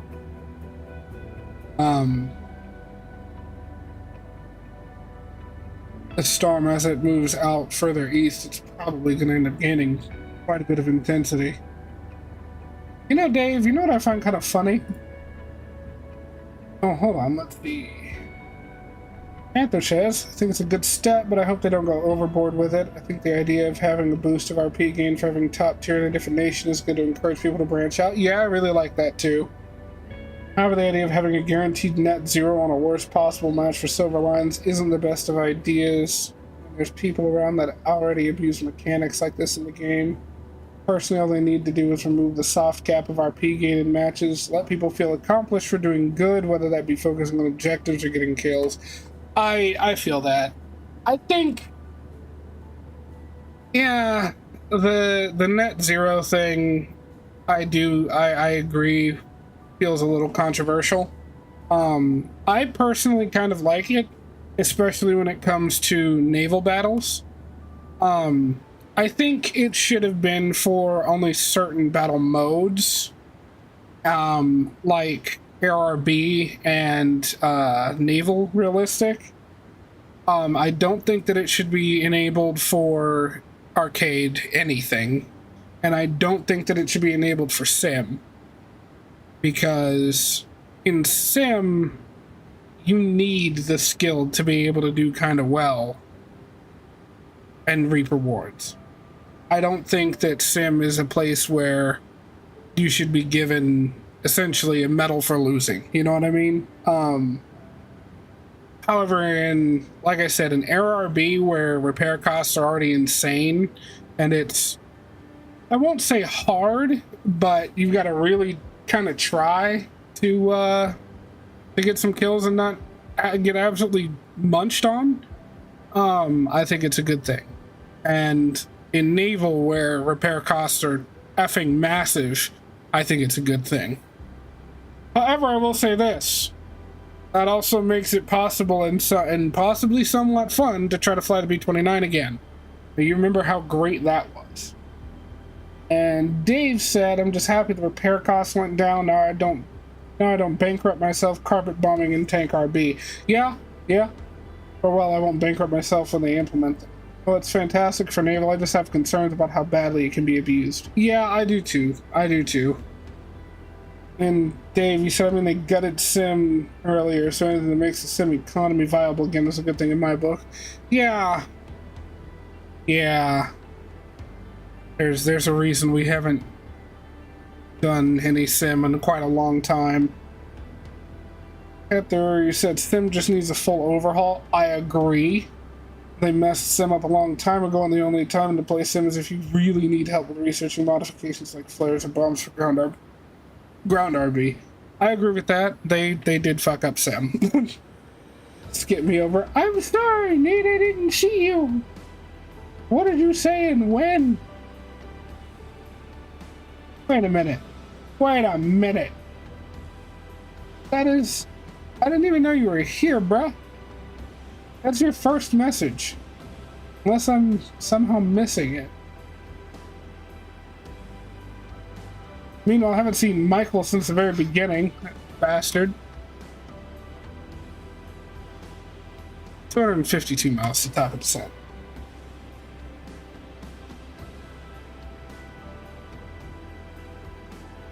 But yeah, Panther, I fully agree with you. Sim needs an overhaul. It is abysmal at the moment. Because not only did they make it so that you don't really get rewarded for doing fucking anything. Well, yeah, that's about it. You don't get really rewarded for doing anything. There's no point in playing sim. That soon? Oh, okay. But yeah, if they could fix sim, I'd play it a shit ton again. I mean, you remember how much we played that.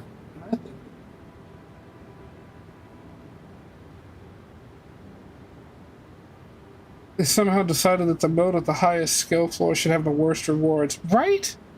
I think they got annoyed with everyone doing so well in sim matches, which really hurts my soul, first off.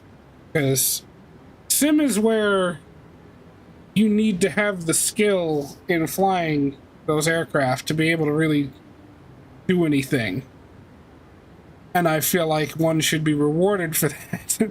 I mean, call me crazy, but I feel like if you manage to bomb out an enemy airfield and sink a carrier and defend yourself against enemy fighters and dodge missiles and this and that, I feel like you should be rewarded for that, because at that point you're pretty much playing low budget DCS, and that takes some skill. They're like, oh no, everyone's having far too much progression from this. Like,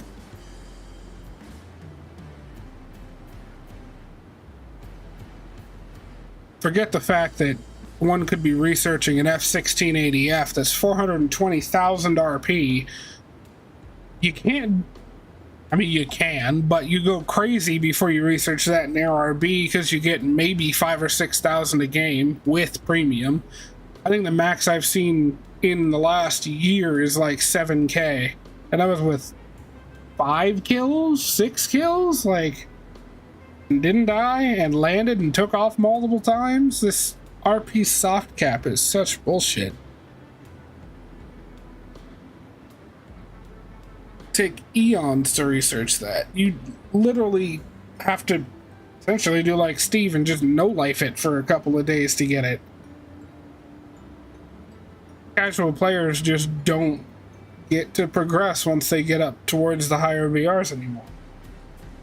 But I'm glad they're finally listening and actually doing something about the main problem of the game. I just hope it doesn't go overboard and make it possible to get a whole tree finished in a day. I agree with that. I feel like progression does, of course, need some setbacks, some things to, you know, draw it out a little bit. Otherwise, you're just gonna end up with an instant gratification loop where you get you set your eyes on things that you want, you grind for a little bit, you get it, and then you just kind of feel empty. That sounds, and as much as everyone would like that, there's a very obvious issue of the game becoming too easy and not having enough content, which leads to constant drip feed of rushed out content that isn't finished. Agreed. I tell you what though, I kind of feel like No, I'm not going to say that.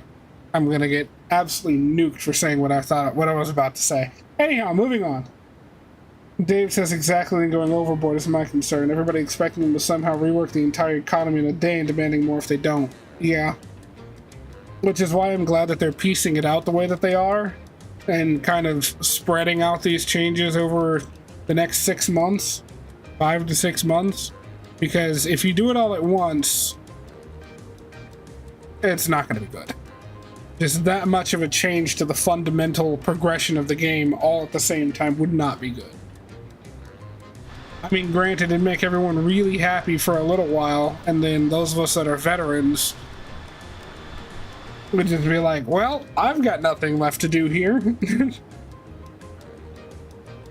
Now you have to say, fuck you, Joe.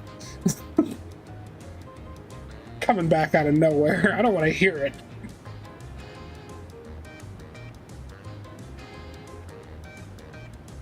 Alright, fine, I'll say it.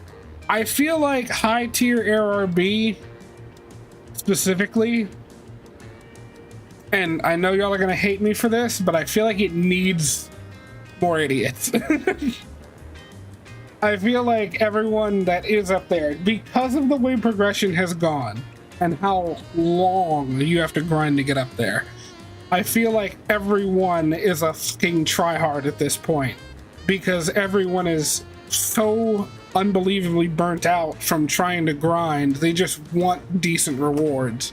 And now that you're at top tier, you have all these different missiles and whatnot and really cool shit that can, when used correctly, can really give you the rewards you're looking for, or at the very least you can try to get them, not with the current one. Anyhow, I feel like it needs a bit more balance up there, because right now it's very heavily lopsided towards everyone being a tryhard. And that, I mean, in either extreme, that kind of gameplay is crap. I mean, remember back when there was the whole F2 HIV problem, where everybody and their grandmother had just gotten to jets because the F2H just came out, and it was like the best thing since sliced bread.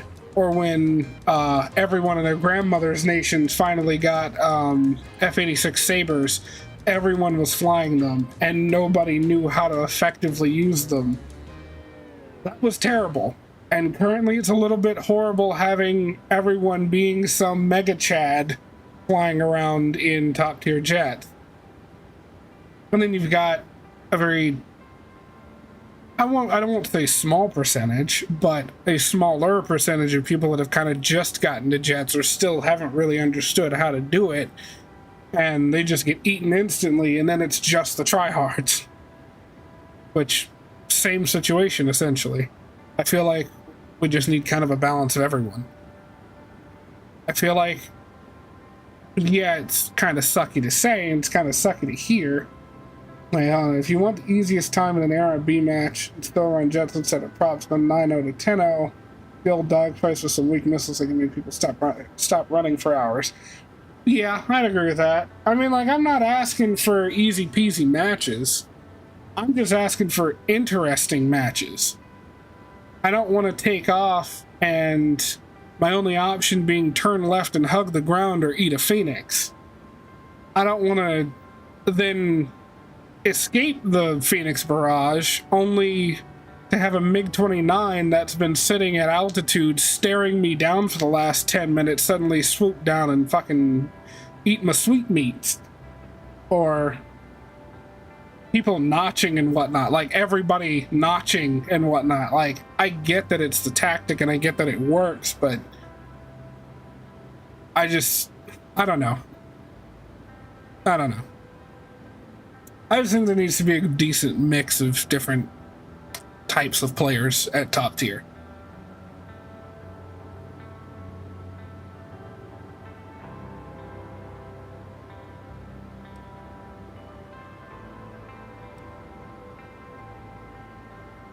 One thing I'm really excited about, though, the ability to opt out of night battles. Fuck that shit. I mean, don't get me wrong, I love a good night battle here and there. But if I'm playing 6-7 and I get a night battle, I'm kind of likely to just effing leave.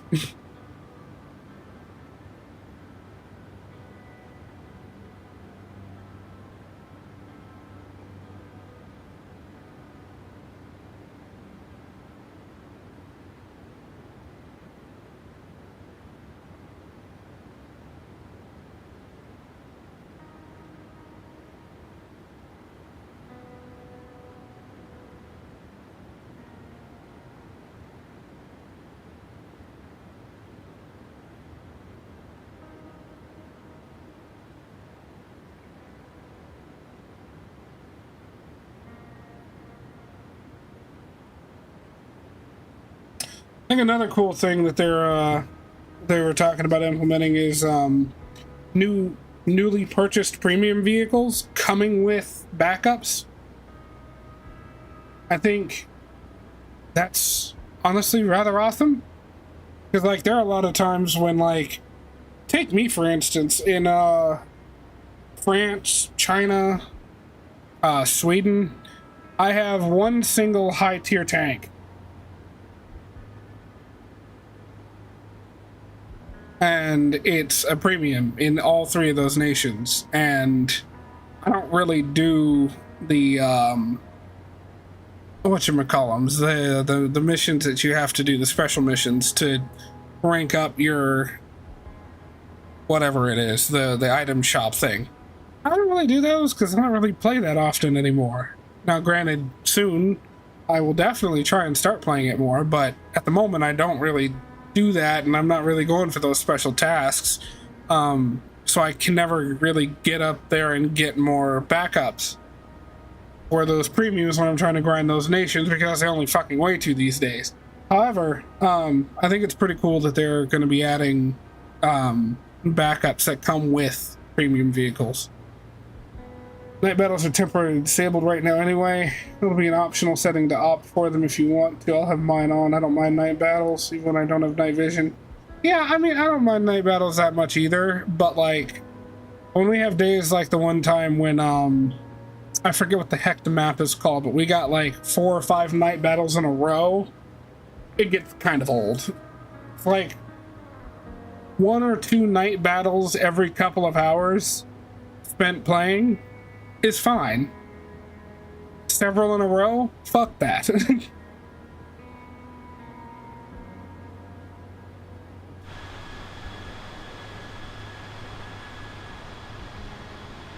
Oh yeah, okay. That's what I'm looking for. Okay, maybe it's less so the way that they're doing the cloud like injection, and more so trying to like make it so that like on the fringes of storms it's kind of low intensity, and then as you get deeper into it.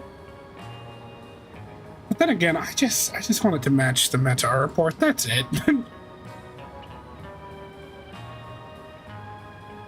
Why is my frame rate being so low? I mean, granted, 54 or 53 FPS isn't low, but I usually have like 90 or so in this plane. What did I mess with? How does that keep getting turned up?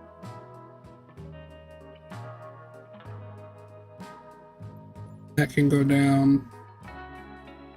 That can go down. Ah! The shadows. Back shadows. Those on high. Too much reflect. I'll leave that on.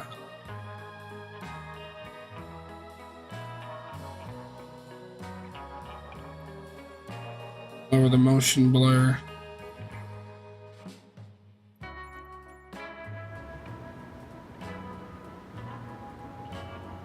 My frame rate was just being hella weird.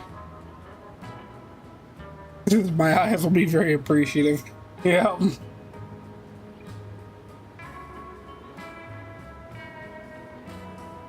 Oh, and God forbid that you're in NVGs when a flare pops out. Holy crap.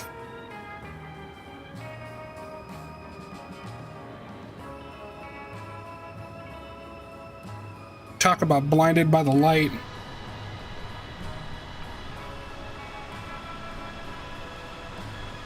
What in the functional fuck?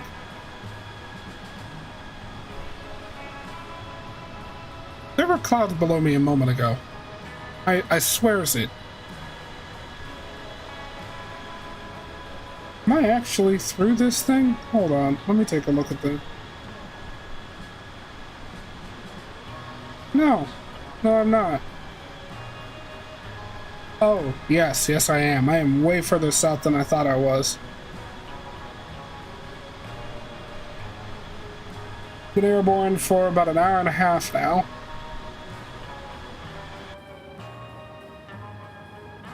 Hour and 36. I really wish that it would give a number for hours instead of just the minutes.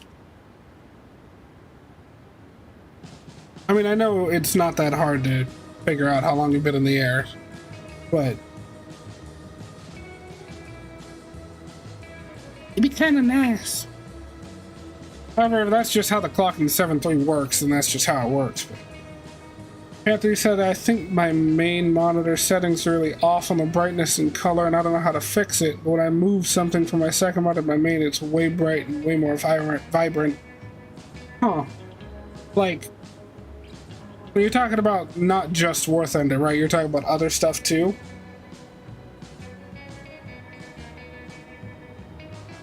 Because I have... Let me see. In my NVIDIA control panel,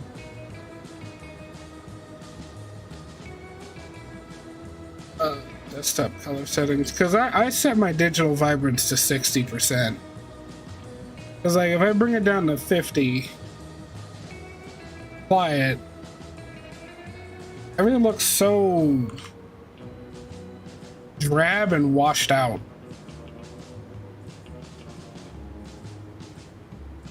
I'd imagine you've checked all your different settings and whatnot too, because you're not an idiot, but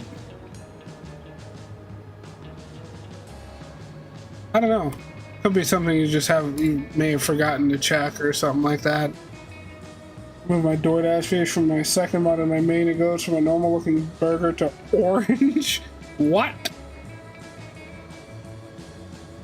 You know, that sounds like you might have like night mode on your monitor.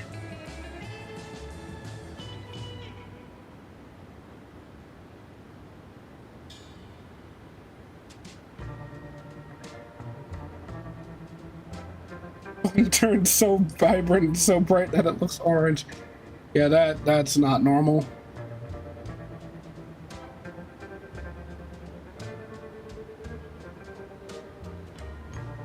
RTX video enhancement. Hold up, I didn't know this was a thing. Quality.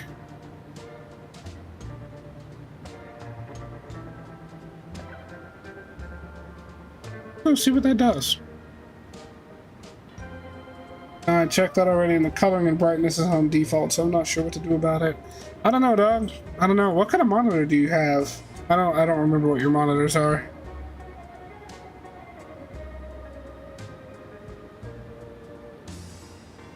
$122 miles to TD. Oh, this wasn't here before. Evacuation. Break set speed. Yeah, because, oh, that's not an omen or anything. Okay, swiftly moving on. Okay. Yeah, I'd like to see that, because that's fucking weird.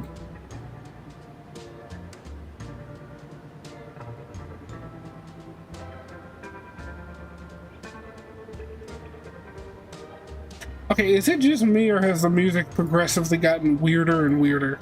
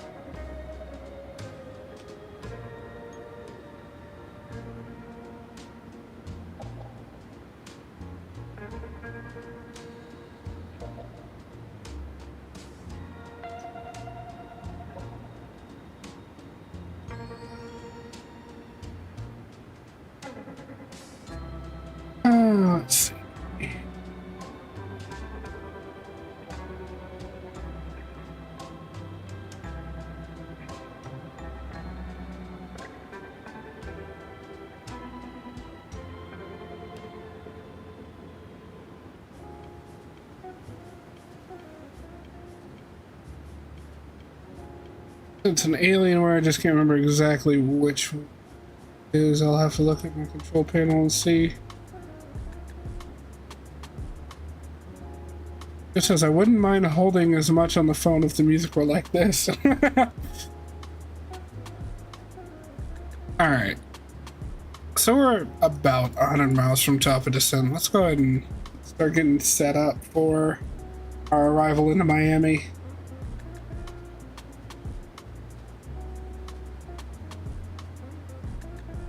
Alright, localizer for runway 8 right. 110.3.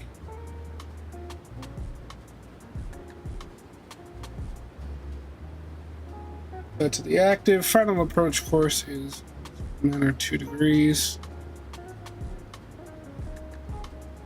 Lovejoy, I'm using my titanium scroll wheel.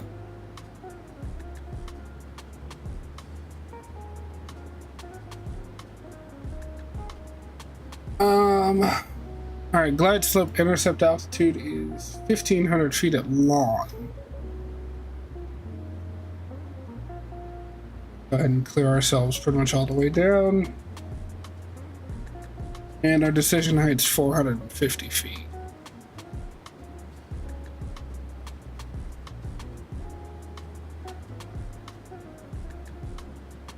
Airport elevation's 8 feet above sea level, which, again, we just set that 0. It's closest. Alright, everything's Gucci. Let's see what the local pressure is in Miami. Or local weather, rather. Got winds 170 for 11 knots, 10 miles of visibility, scattered at 3,000, scattered at 25,000. Temperature is 33 degrees, not Fahrenheit, Celsius. That's 75 Fahrenheit. Oh no, that's 91 Fahrenheit. Jesus. Altimeter 29908.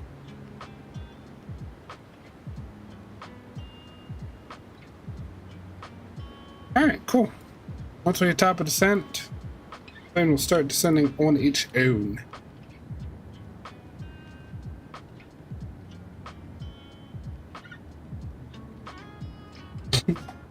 Look, man, we get it. Your Scorpion's titanium. LMAO.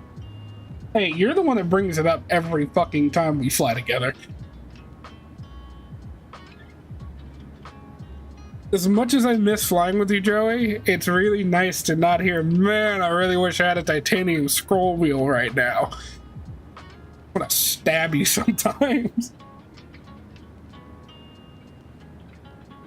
AW2721D. So mine. This doesn't look like there's a name or something easy for it. Okay. Alright, Alienware. You go. I'll be impressed when you get one made of francium. Fuck you. No, I'll do you one better. I'll get an unobtainium scroll wheel. How about that? I'm gonna put you in a box and ship you to Cuba. You know that?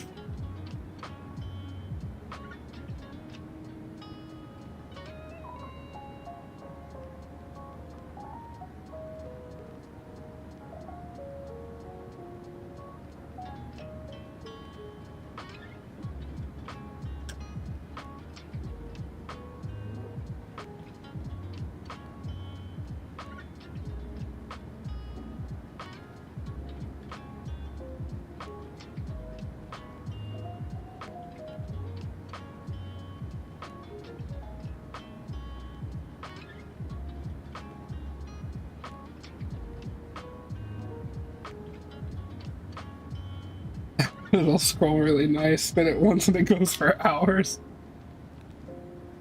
Picking up both speed and velocity.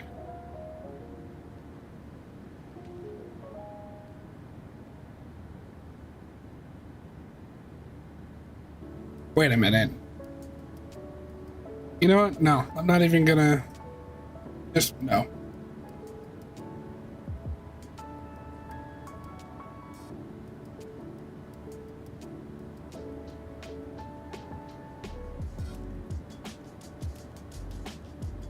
That's a nice engine we've got there. Be a shame if something happened to it. Oh wait, no, Poseidon's not in the cockpit. He can't randomly shut off an engine.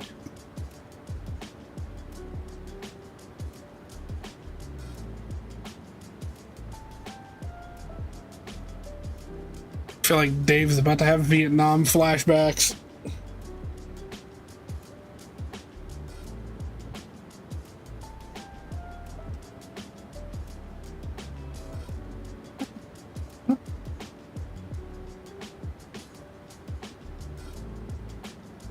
Thousand barrel minimums today. Cool. Watch this. Fucking Panther. Bird strike.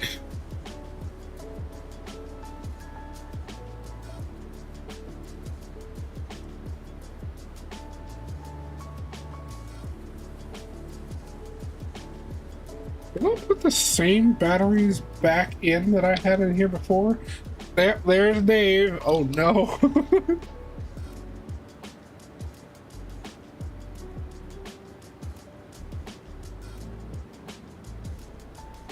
Oh, no, these weren't charged. Why weren't they charging? Why? Why? Oh, because my fucking battery charger's unplugged. Son of a bitch.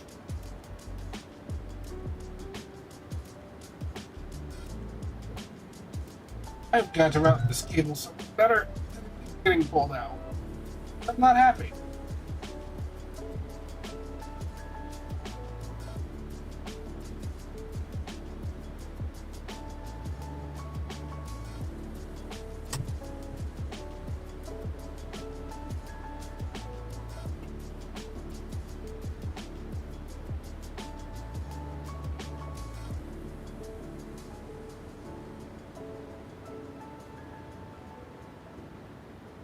Ugh.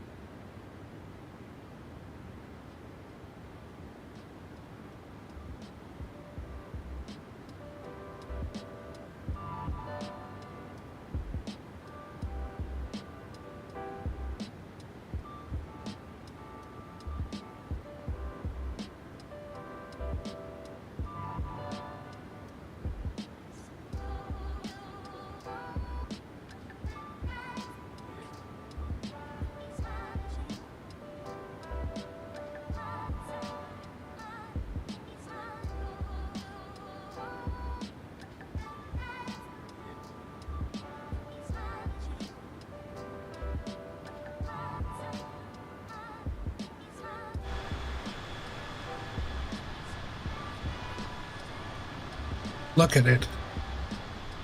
Florida.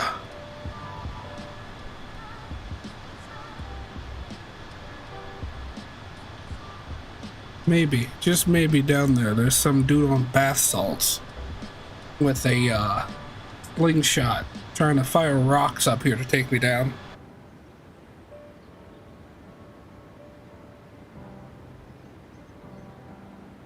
Alright, I will be right back. I need to run to the bathroom and I need to grab another set of vape batteries. So entertain yourselves for like 5 minutes or so. I will be back.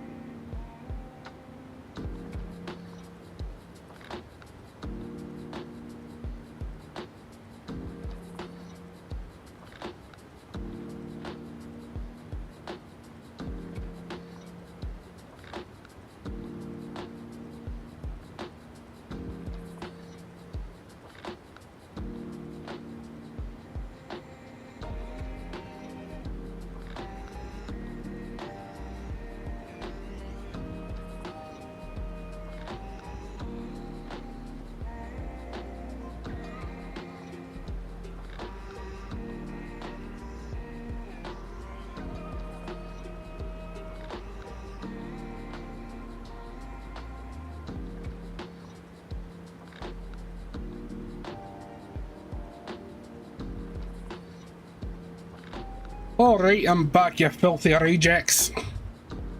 Oh, Jesus Christ, we're down below 14,000 already.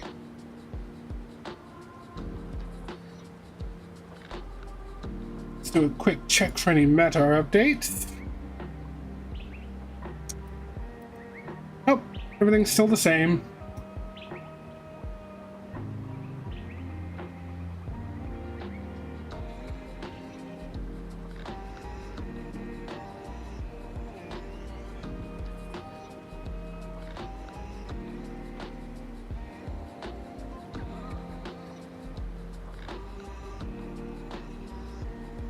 Alright, we still don't have anyone online for Miami. However, it does seem to be a tower controller for Fort Lauderdale.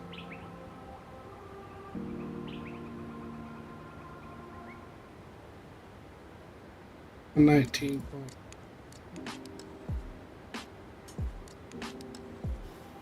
We shall see if there's anyone actually on network down here. Doesn't look like there. It's just me in the airspace and Fort Lauderdale Tower. So I don't know if he'll want me to call him or not, but we'll see. Go ahead. First weight's 129.7. I have 8.8 when we get to Miami. Fort Lauderdale Towers. Spirit Wings 524 is looking for clearance over to Newark Liberty International with information Bravo. We can accept PDC. Spirit 524 for the tower. Do you want PDC or is it just preferred? Yeah, we'll accept PDC. It's preferred for us. Fresh. Expect PDC. Well, thank you, Joey. I don't think I'm gonna need to contact Fort Lauderdale Tower, but he shoots me a message. It's like, hey, check in with me. I will, but otherwise, I don't really see much reason to. Actually, something else to do. Let me get my fixes in. Hey.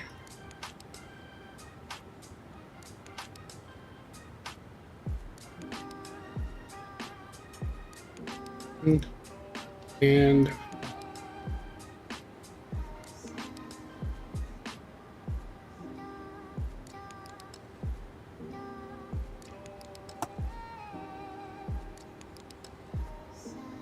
alright, let's do some performance calculating for landing and find out how much auto brake I need to use. What runway was I landing on again? 08 right.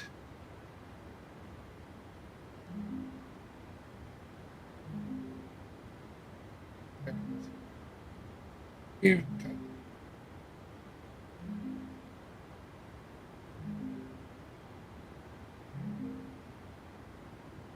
random gnat flying around my face.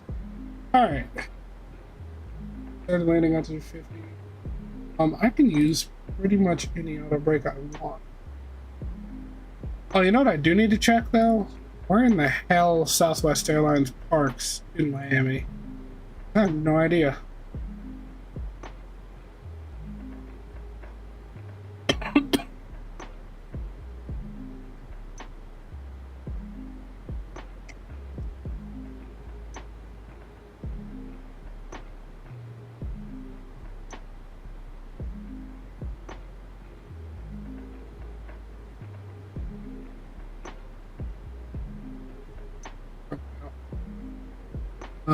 Gulf 15, where this particular flight was at.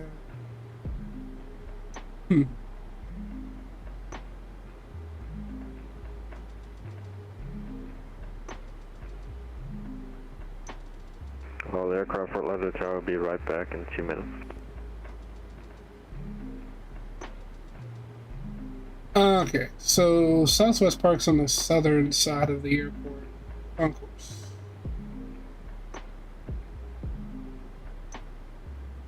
Man, I wonder if runway 9 is. If it is, I might switch over to runway 9. Much shorter taxi. I don't know.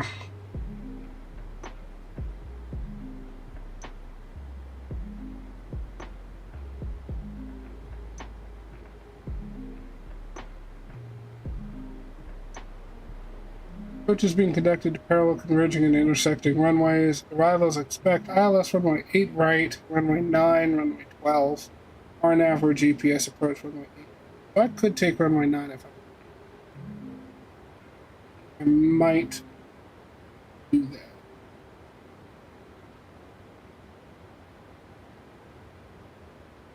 Runway 12 seems to have the best wind variance.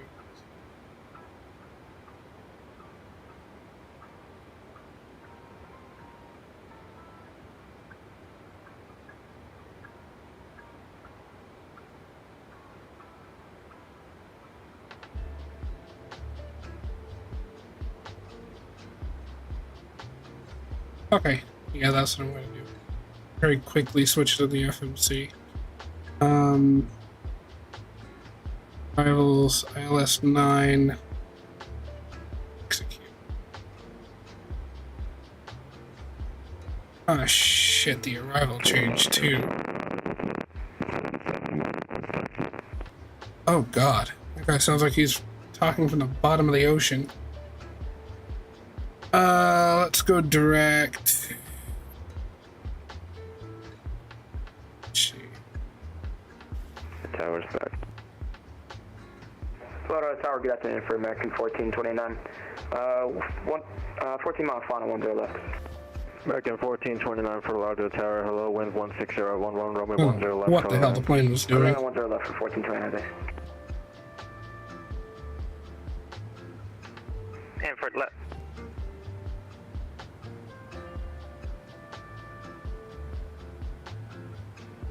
Atlantis Tower, right? Follow tower number 2533 from ready taxi. Number 2533 uniform Bravo 10 right, taxi by Julia. Alright, now all of our information has changed. Gotta be 109, or no, 110.9. Number 2533 uniform. Final approach course still 092. Still going to be intercepting in S now at 1500. Our decision height's 208 instead of 4. Step back. Oh dear God. Delta 771, did you receive a clearance?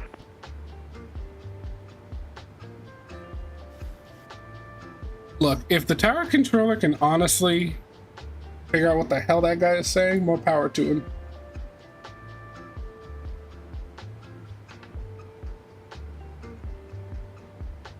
Fort Lauderdale Tower, Spirit 524 is ready for push and start.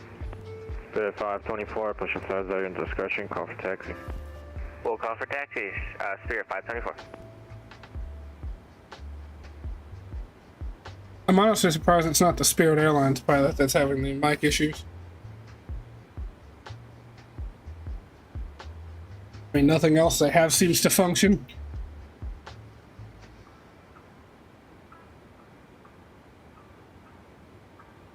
Alright, we're below 10,000. We'll go ahead and get our lights on. We need...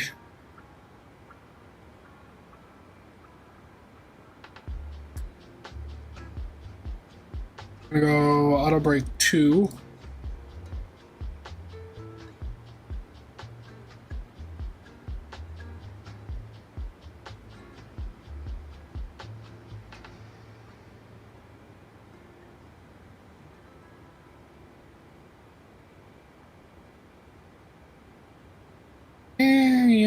Yeah, no, we'll go. We'll just use idle reverse.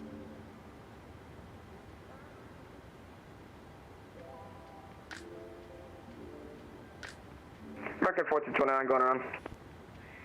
American 1429, roger. Fly the published mist and call me back on final. Okay, roger, we'll follow missile, we'll call you back on final for 1429. Okay. I don't know how one would need to do a go around in weather this clear, but sure. Hey, look, it's Miami. Gonna be parking at that concourse right there on this side of it.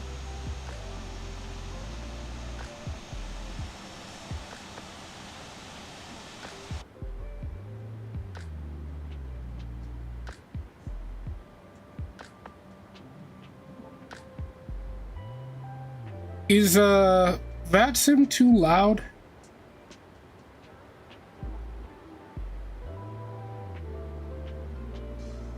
Do I need to turn vatsim down at all?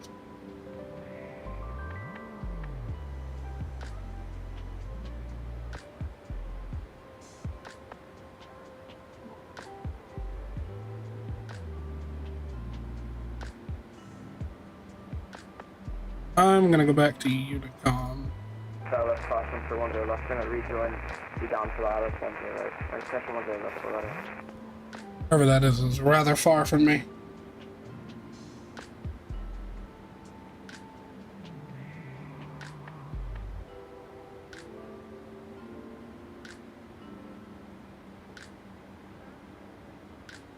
I'm gonna go ahead and kill the music.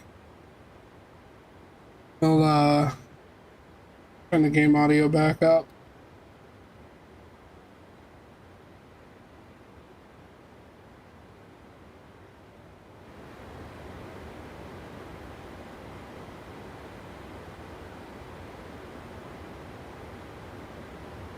Fine for me? Okay. I turned it down just a smidge because it sounded very loud on my end at least. But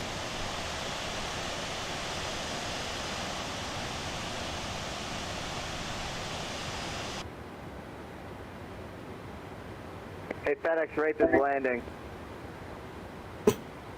say, hey FedEx, rate this landing.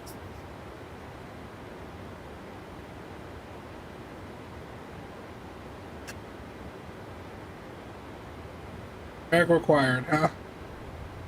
Fine, have some drag.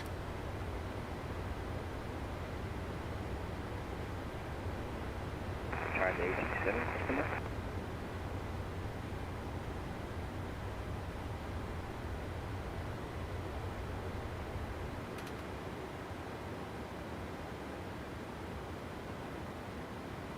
Alright, about 5 or so miles until our turn on the final. Been in the air for 2 hours and 16 minutes. What was our scheduled time? Our time aloft was like 2 hours 25 minutes. Lord.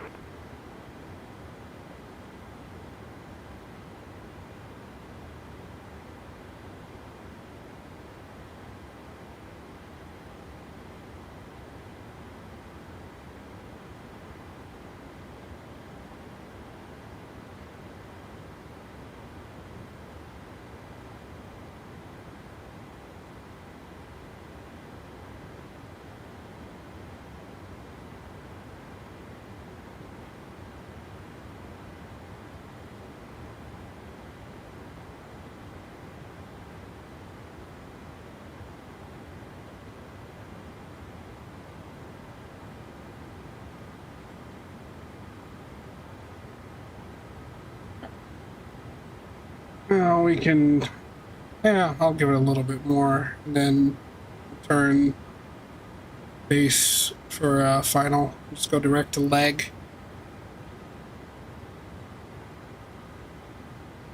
That should be good.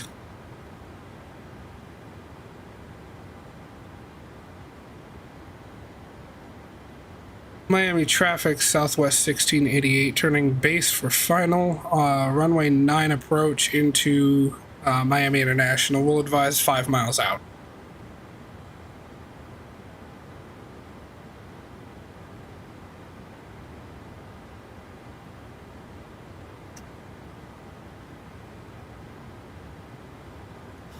Here we go.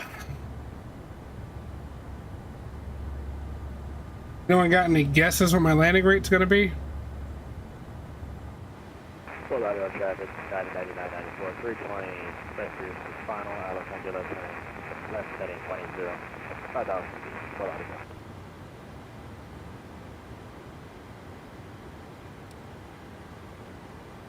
I have no bloody idea what he said. With all the crackling, I would imagine it's not this airport that he's landing at. There's nobody else in the airspace around me.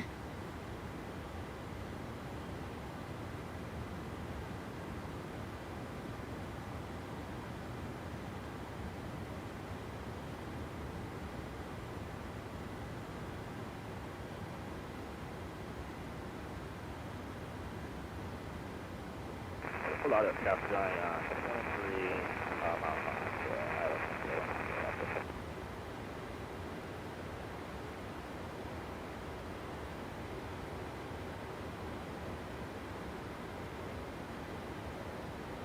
Alright, and the approach seems to be a little offset from, stand by runway 8 left departure. but the, yeah, it looks like the points are offset from the actual runway heading by a little bit. Alright, we're gonna go flaps 1. Are there any arrivals for 8 left at Miami on this frequency?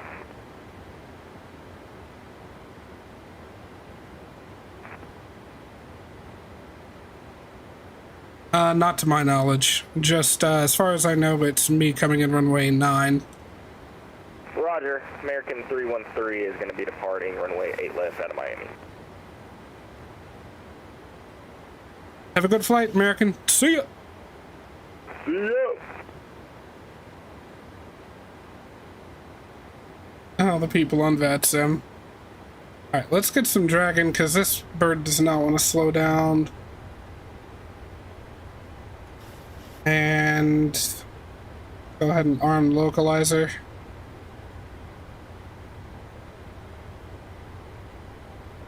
Photo traffic, American 1429, we're going back to Nova for that, that's 1 left approach. Full audio.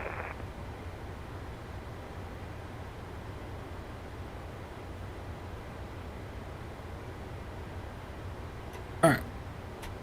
Go on flaps 5.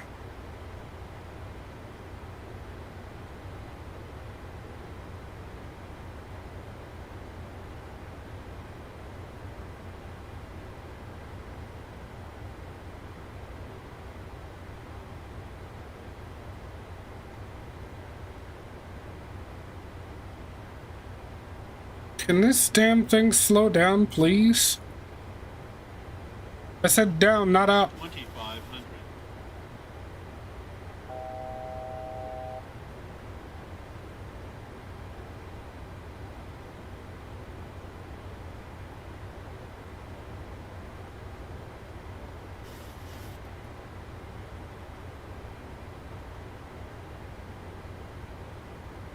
Traffic 99, 94, 320 on a Turned and fixed my monitor situation. Only took a small headache. What? Okay, so what was wrong with the monitor then? I am curious. Alright, we're gonna go ahead and arm approach mode. I don't know what is going on with the winds here. Alright, we need more drag. I'm gonna go ahead and go flaps 10 now. And get the gear down.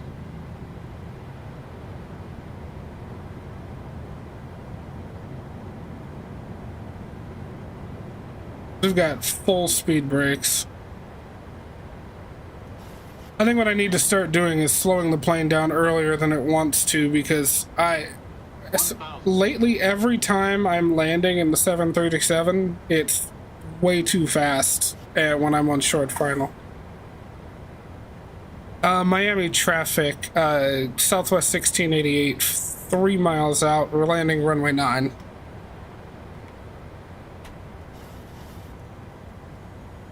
We'll go flaps 15. No, you don't. Slow her down. Flaps 25. And flaps 30. Speed brakes back in, arm them. All right, y'all. 400. My airplane. 300. Fucking pray for me. Approaching minimums. 200. Minimums.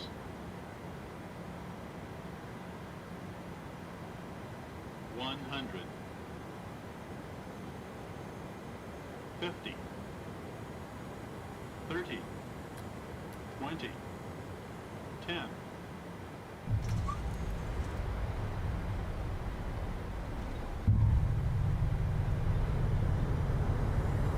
Ooh.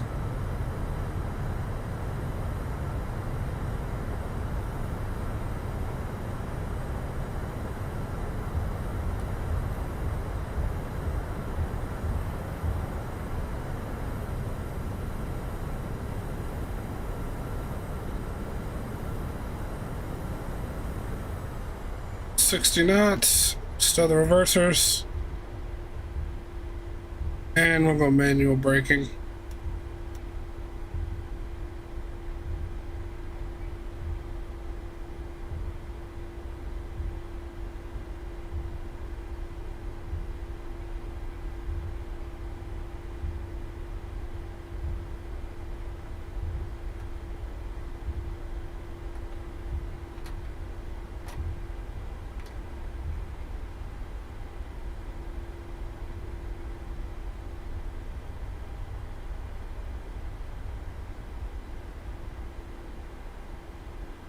Oh, slow down up here. Miami traffic, Southwest 1688, clear the runway. Alright, I need to pull up maps so I know where I'm going. Alright, need to cross the runway in front of us. Get right on Papa, and then Concourse Golf will be right ahead of us.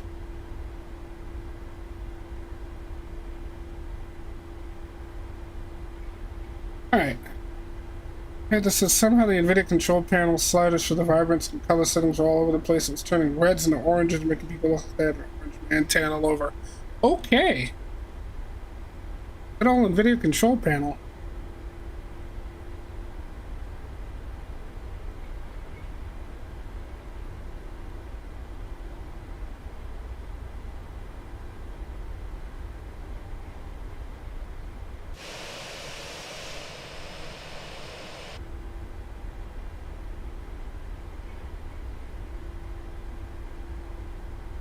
Let's get the APU running.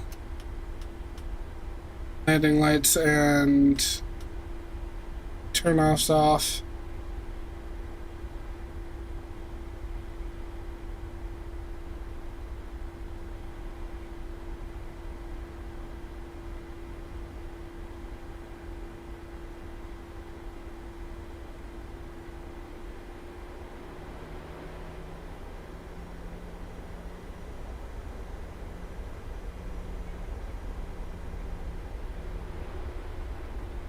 Transponder needs to be TA only.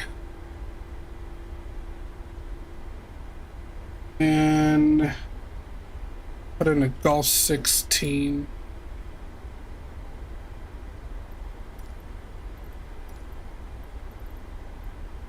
Or not. We'll do Golf 12.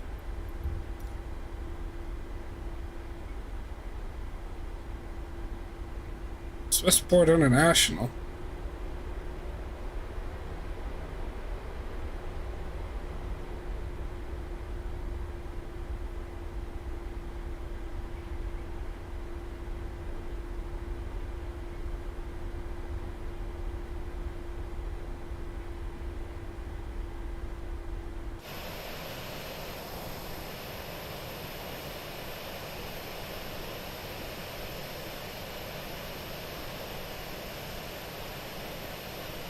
$14, $12 is right next to it.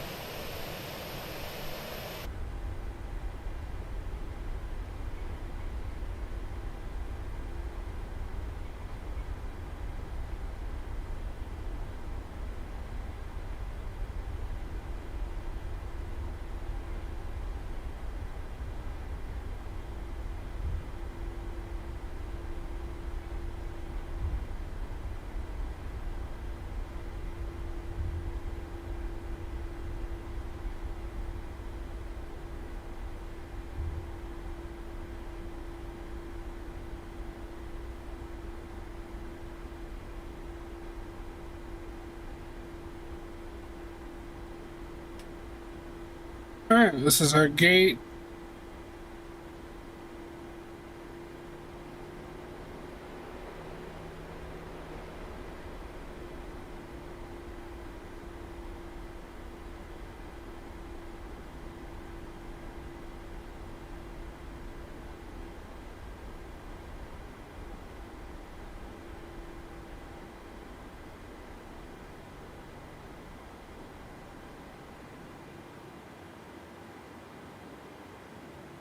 Alright.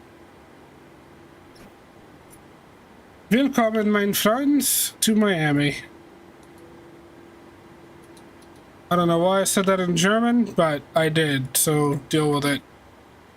Engines off, and go ahead and request deboarding. The boarding requested.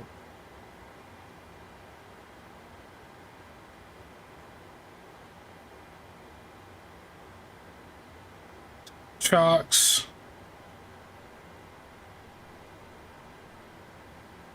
$21.20. Below 20, we'll go ahead and get the anti-collision lights off.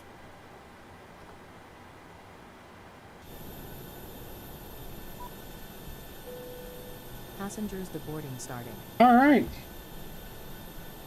That is that, my friends.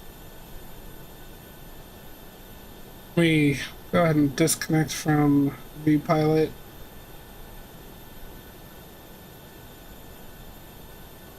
Close that. Finish flight and Pro. Alright, y'all. Well, I hope you enjoyed watching this as much as I enjoyed flying it. If anyone's here that isn't subscribed already, go ahead and hit that button. And my friends, please hit the like button. Y'all know what it does. I don't even need to explain it to you. And I hate asking for this stuff, but I need it, so you know. Thanks for being here, you guys. It really means a lot to me. I love you all. I will see you guys next time. Bye!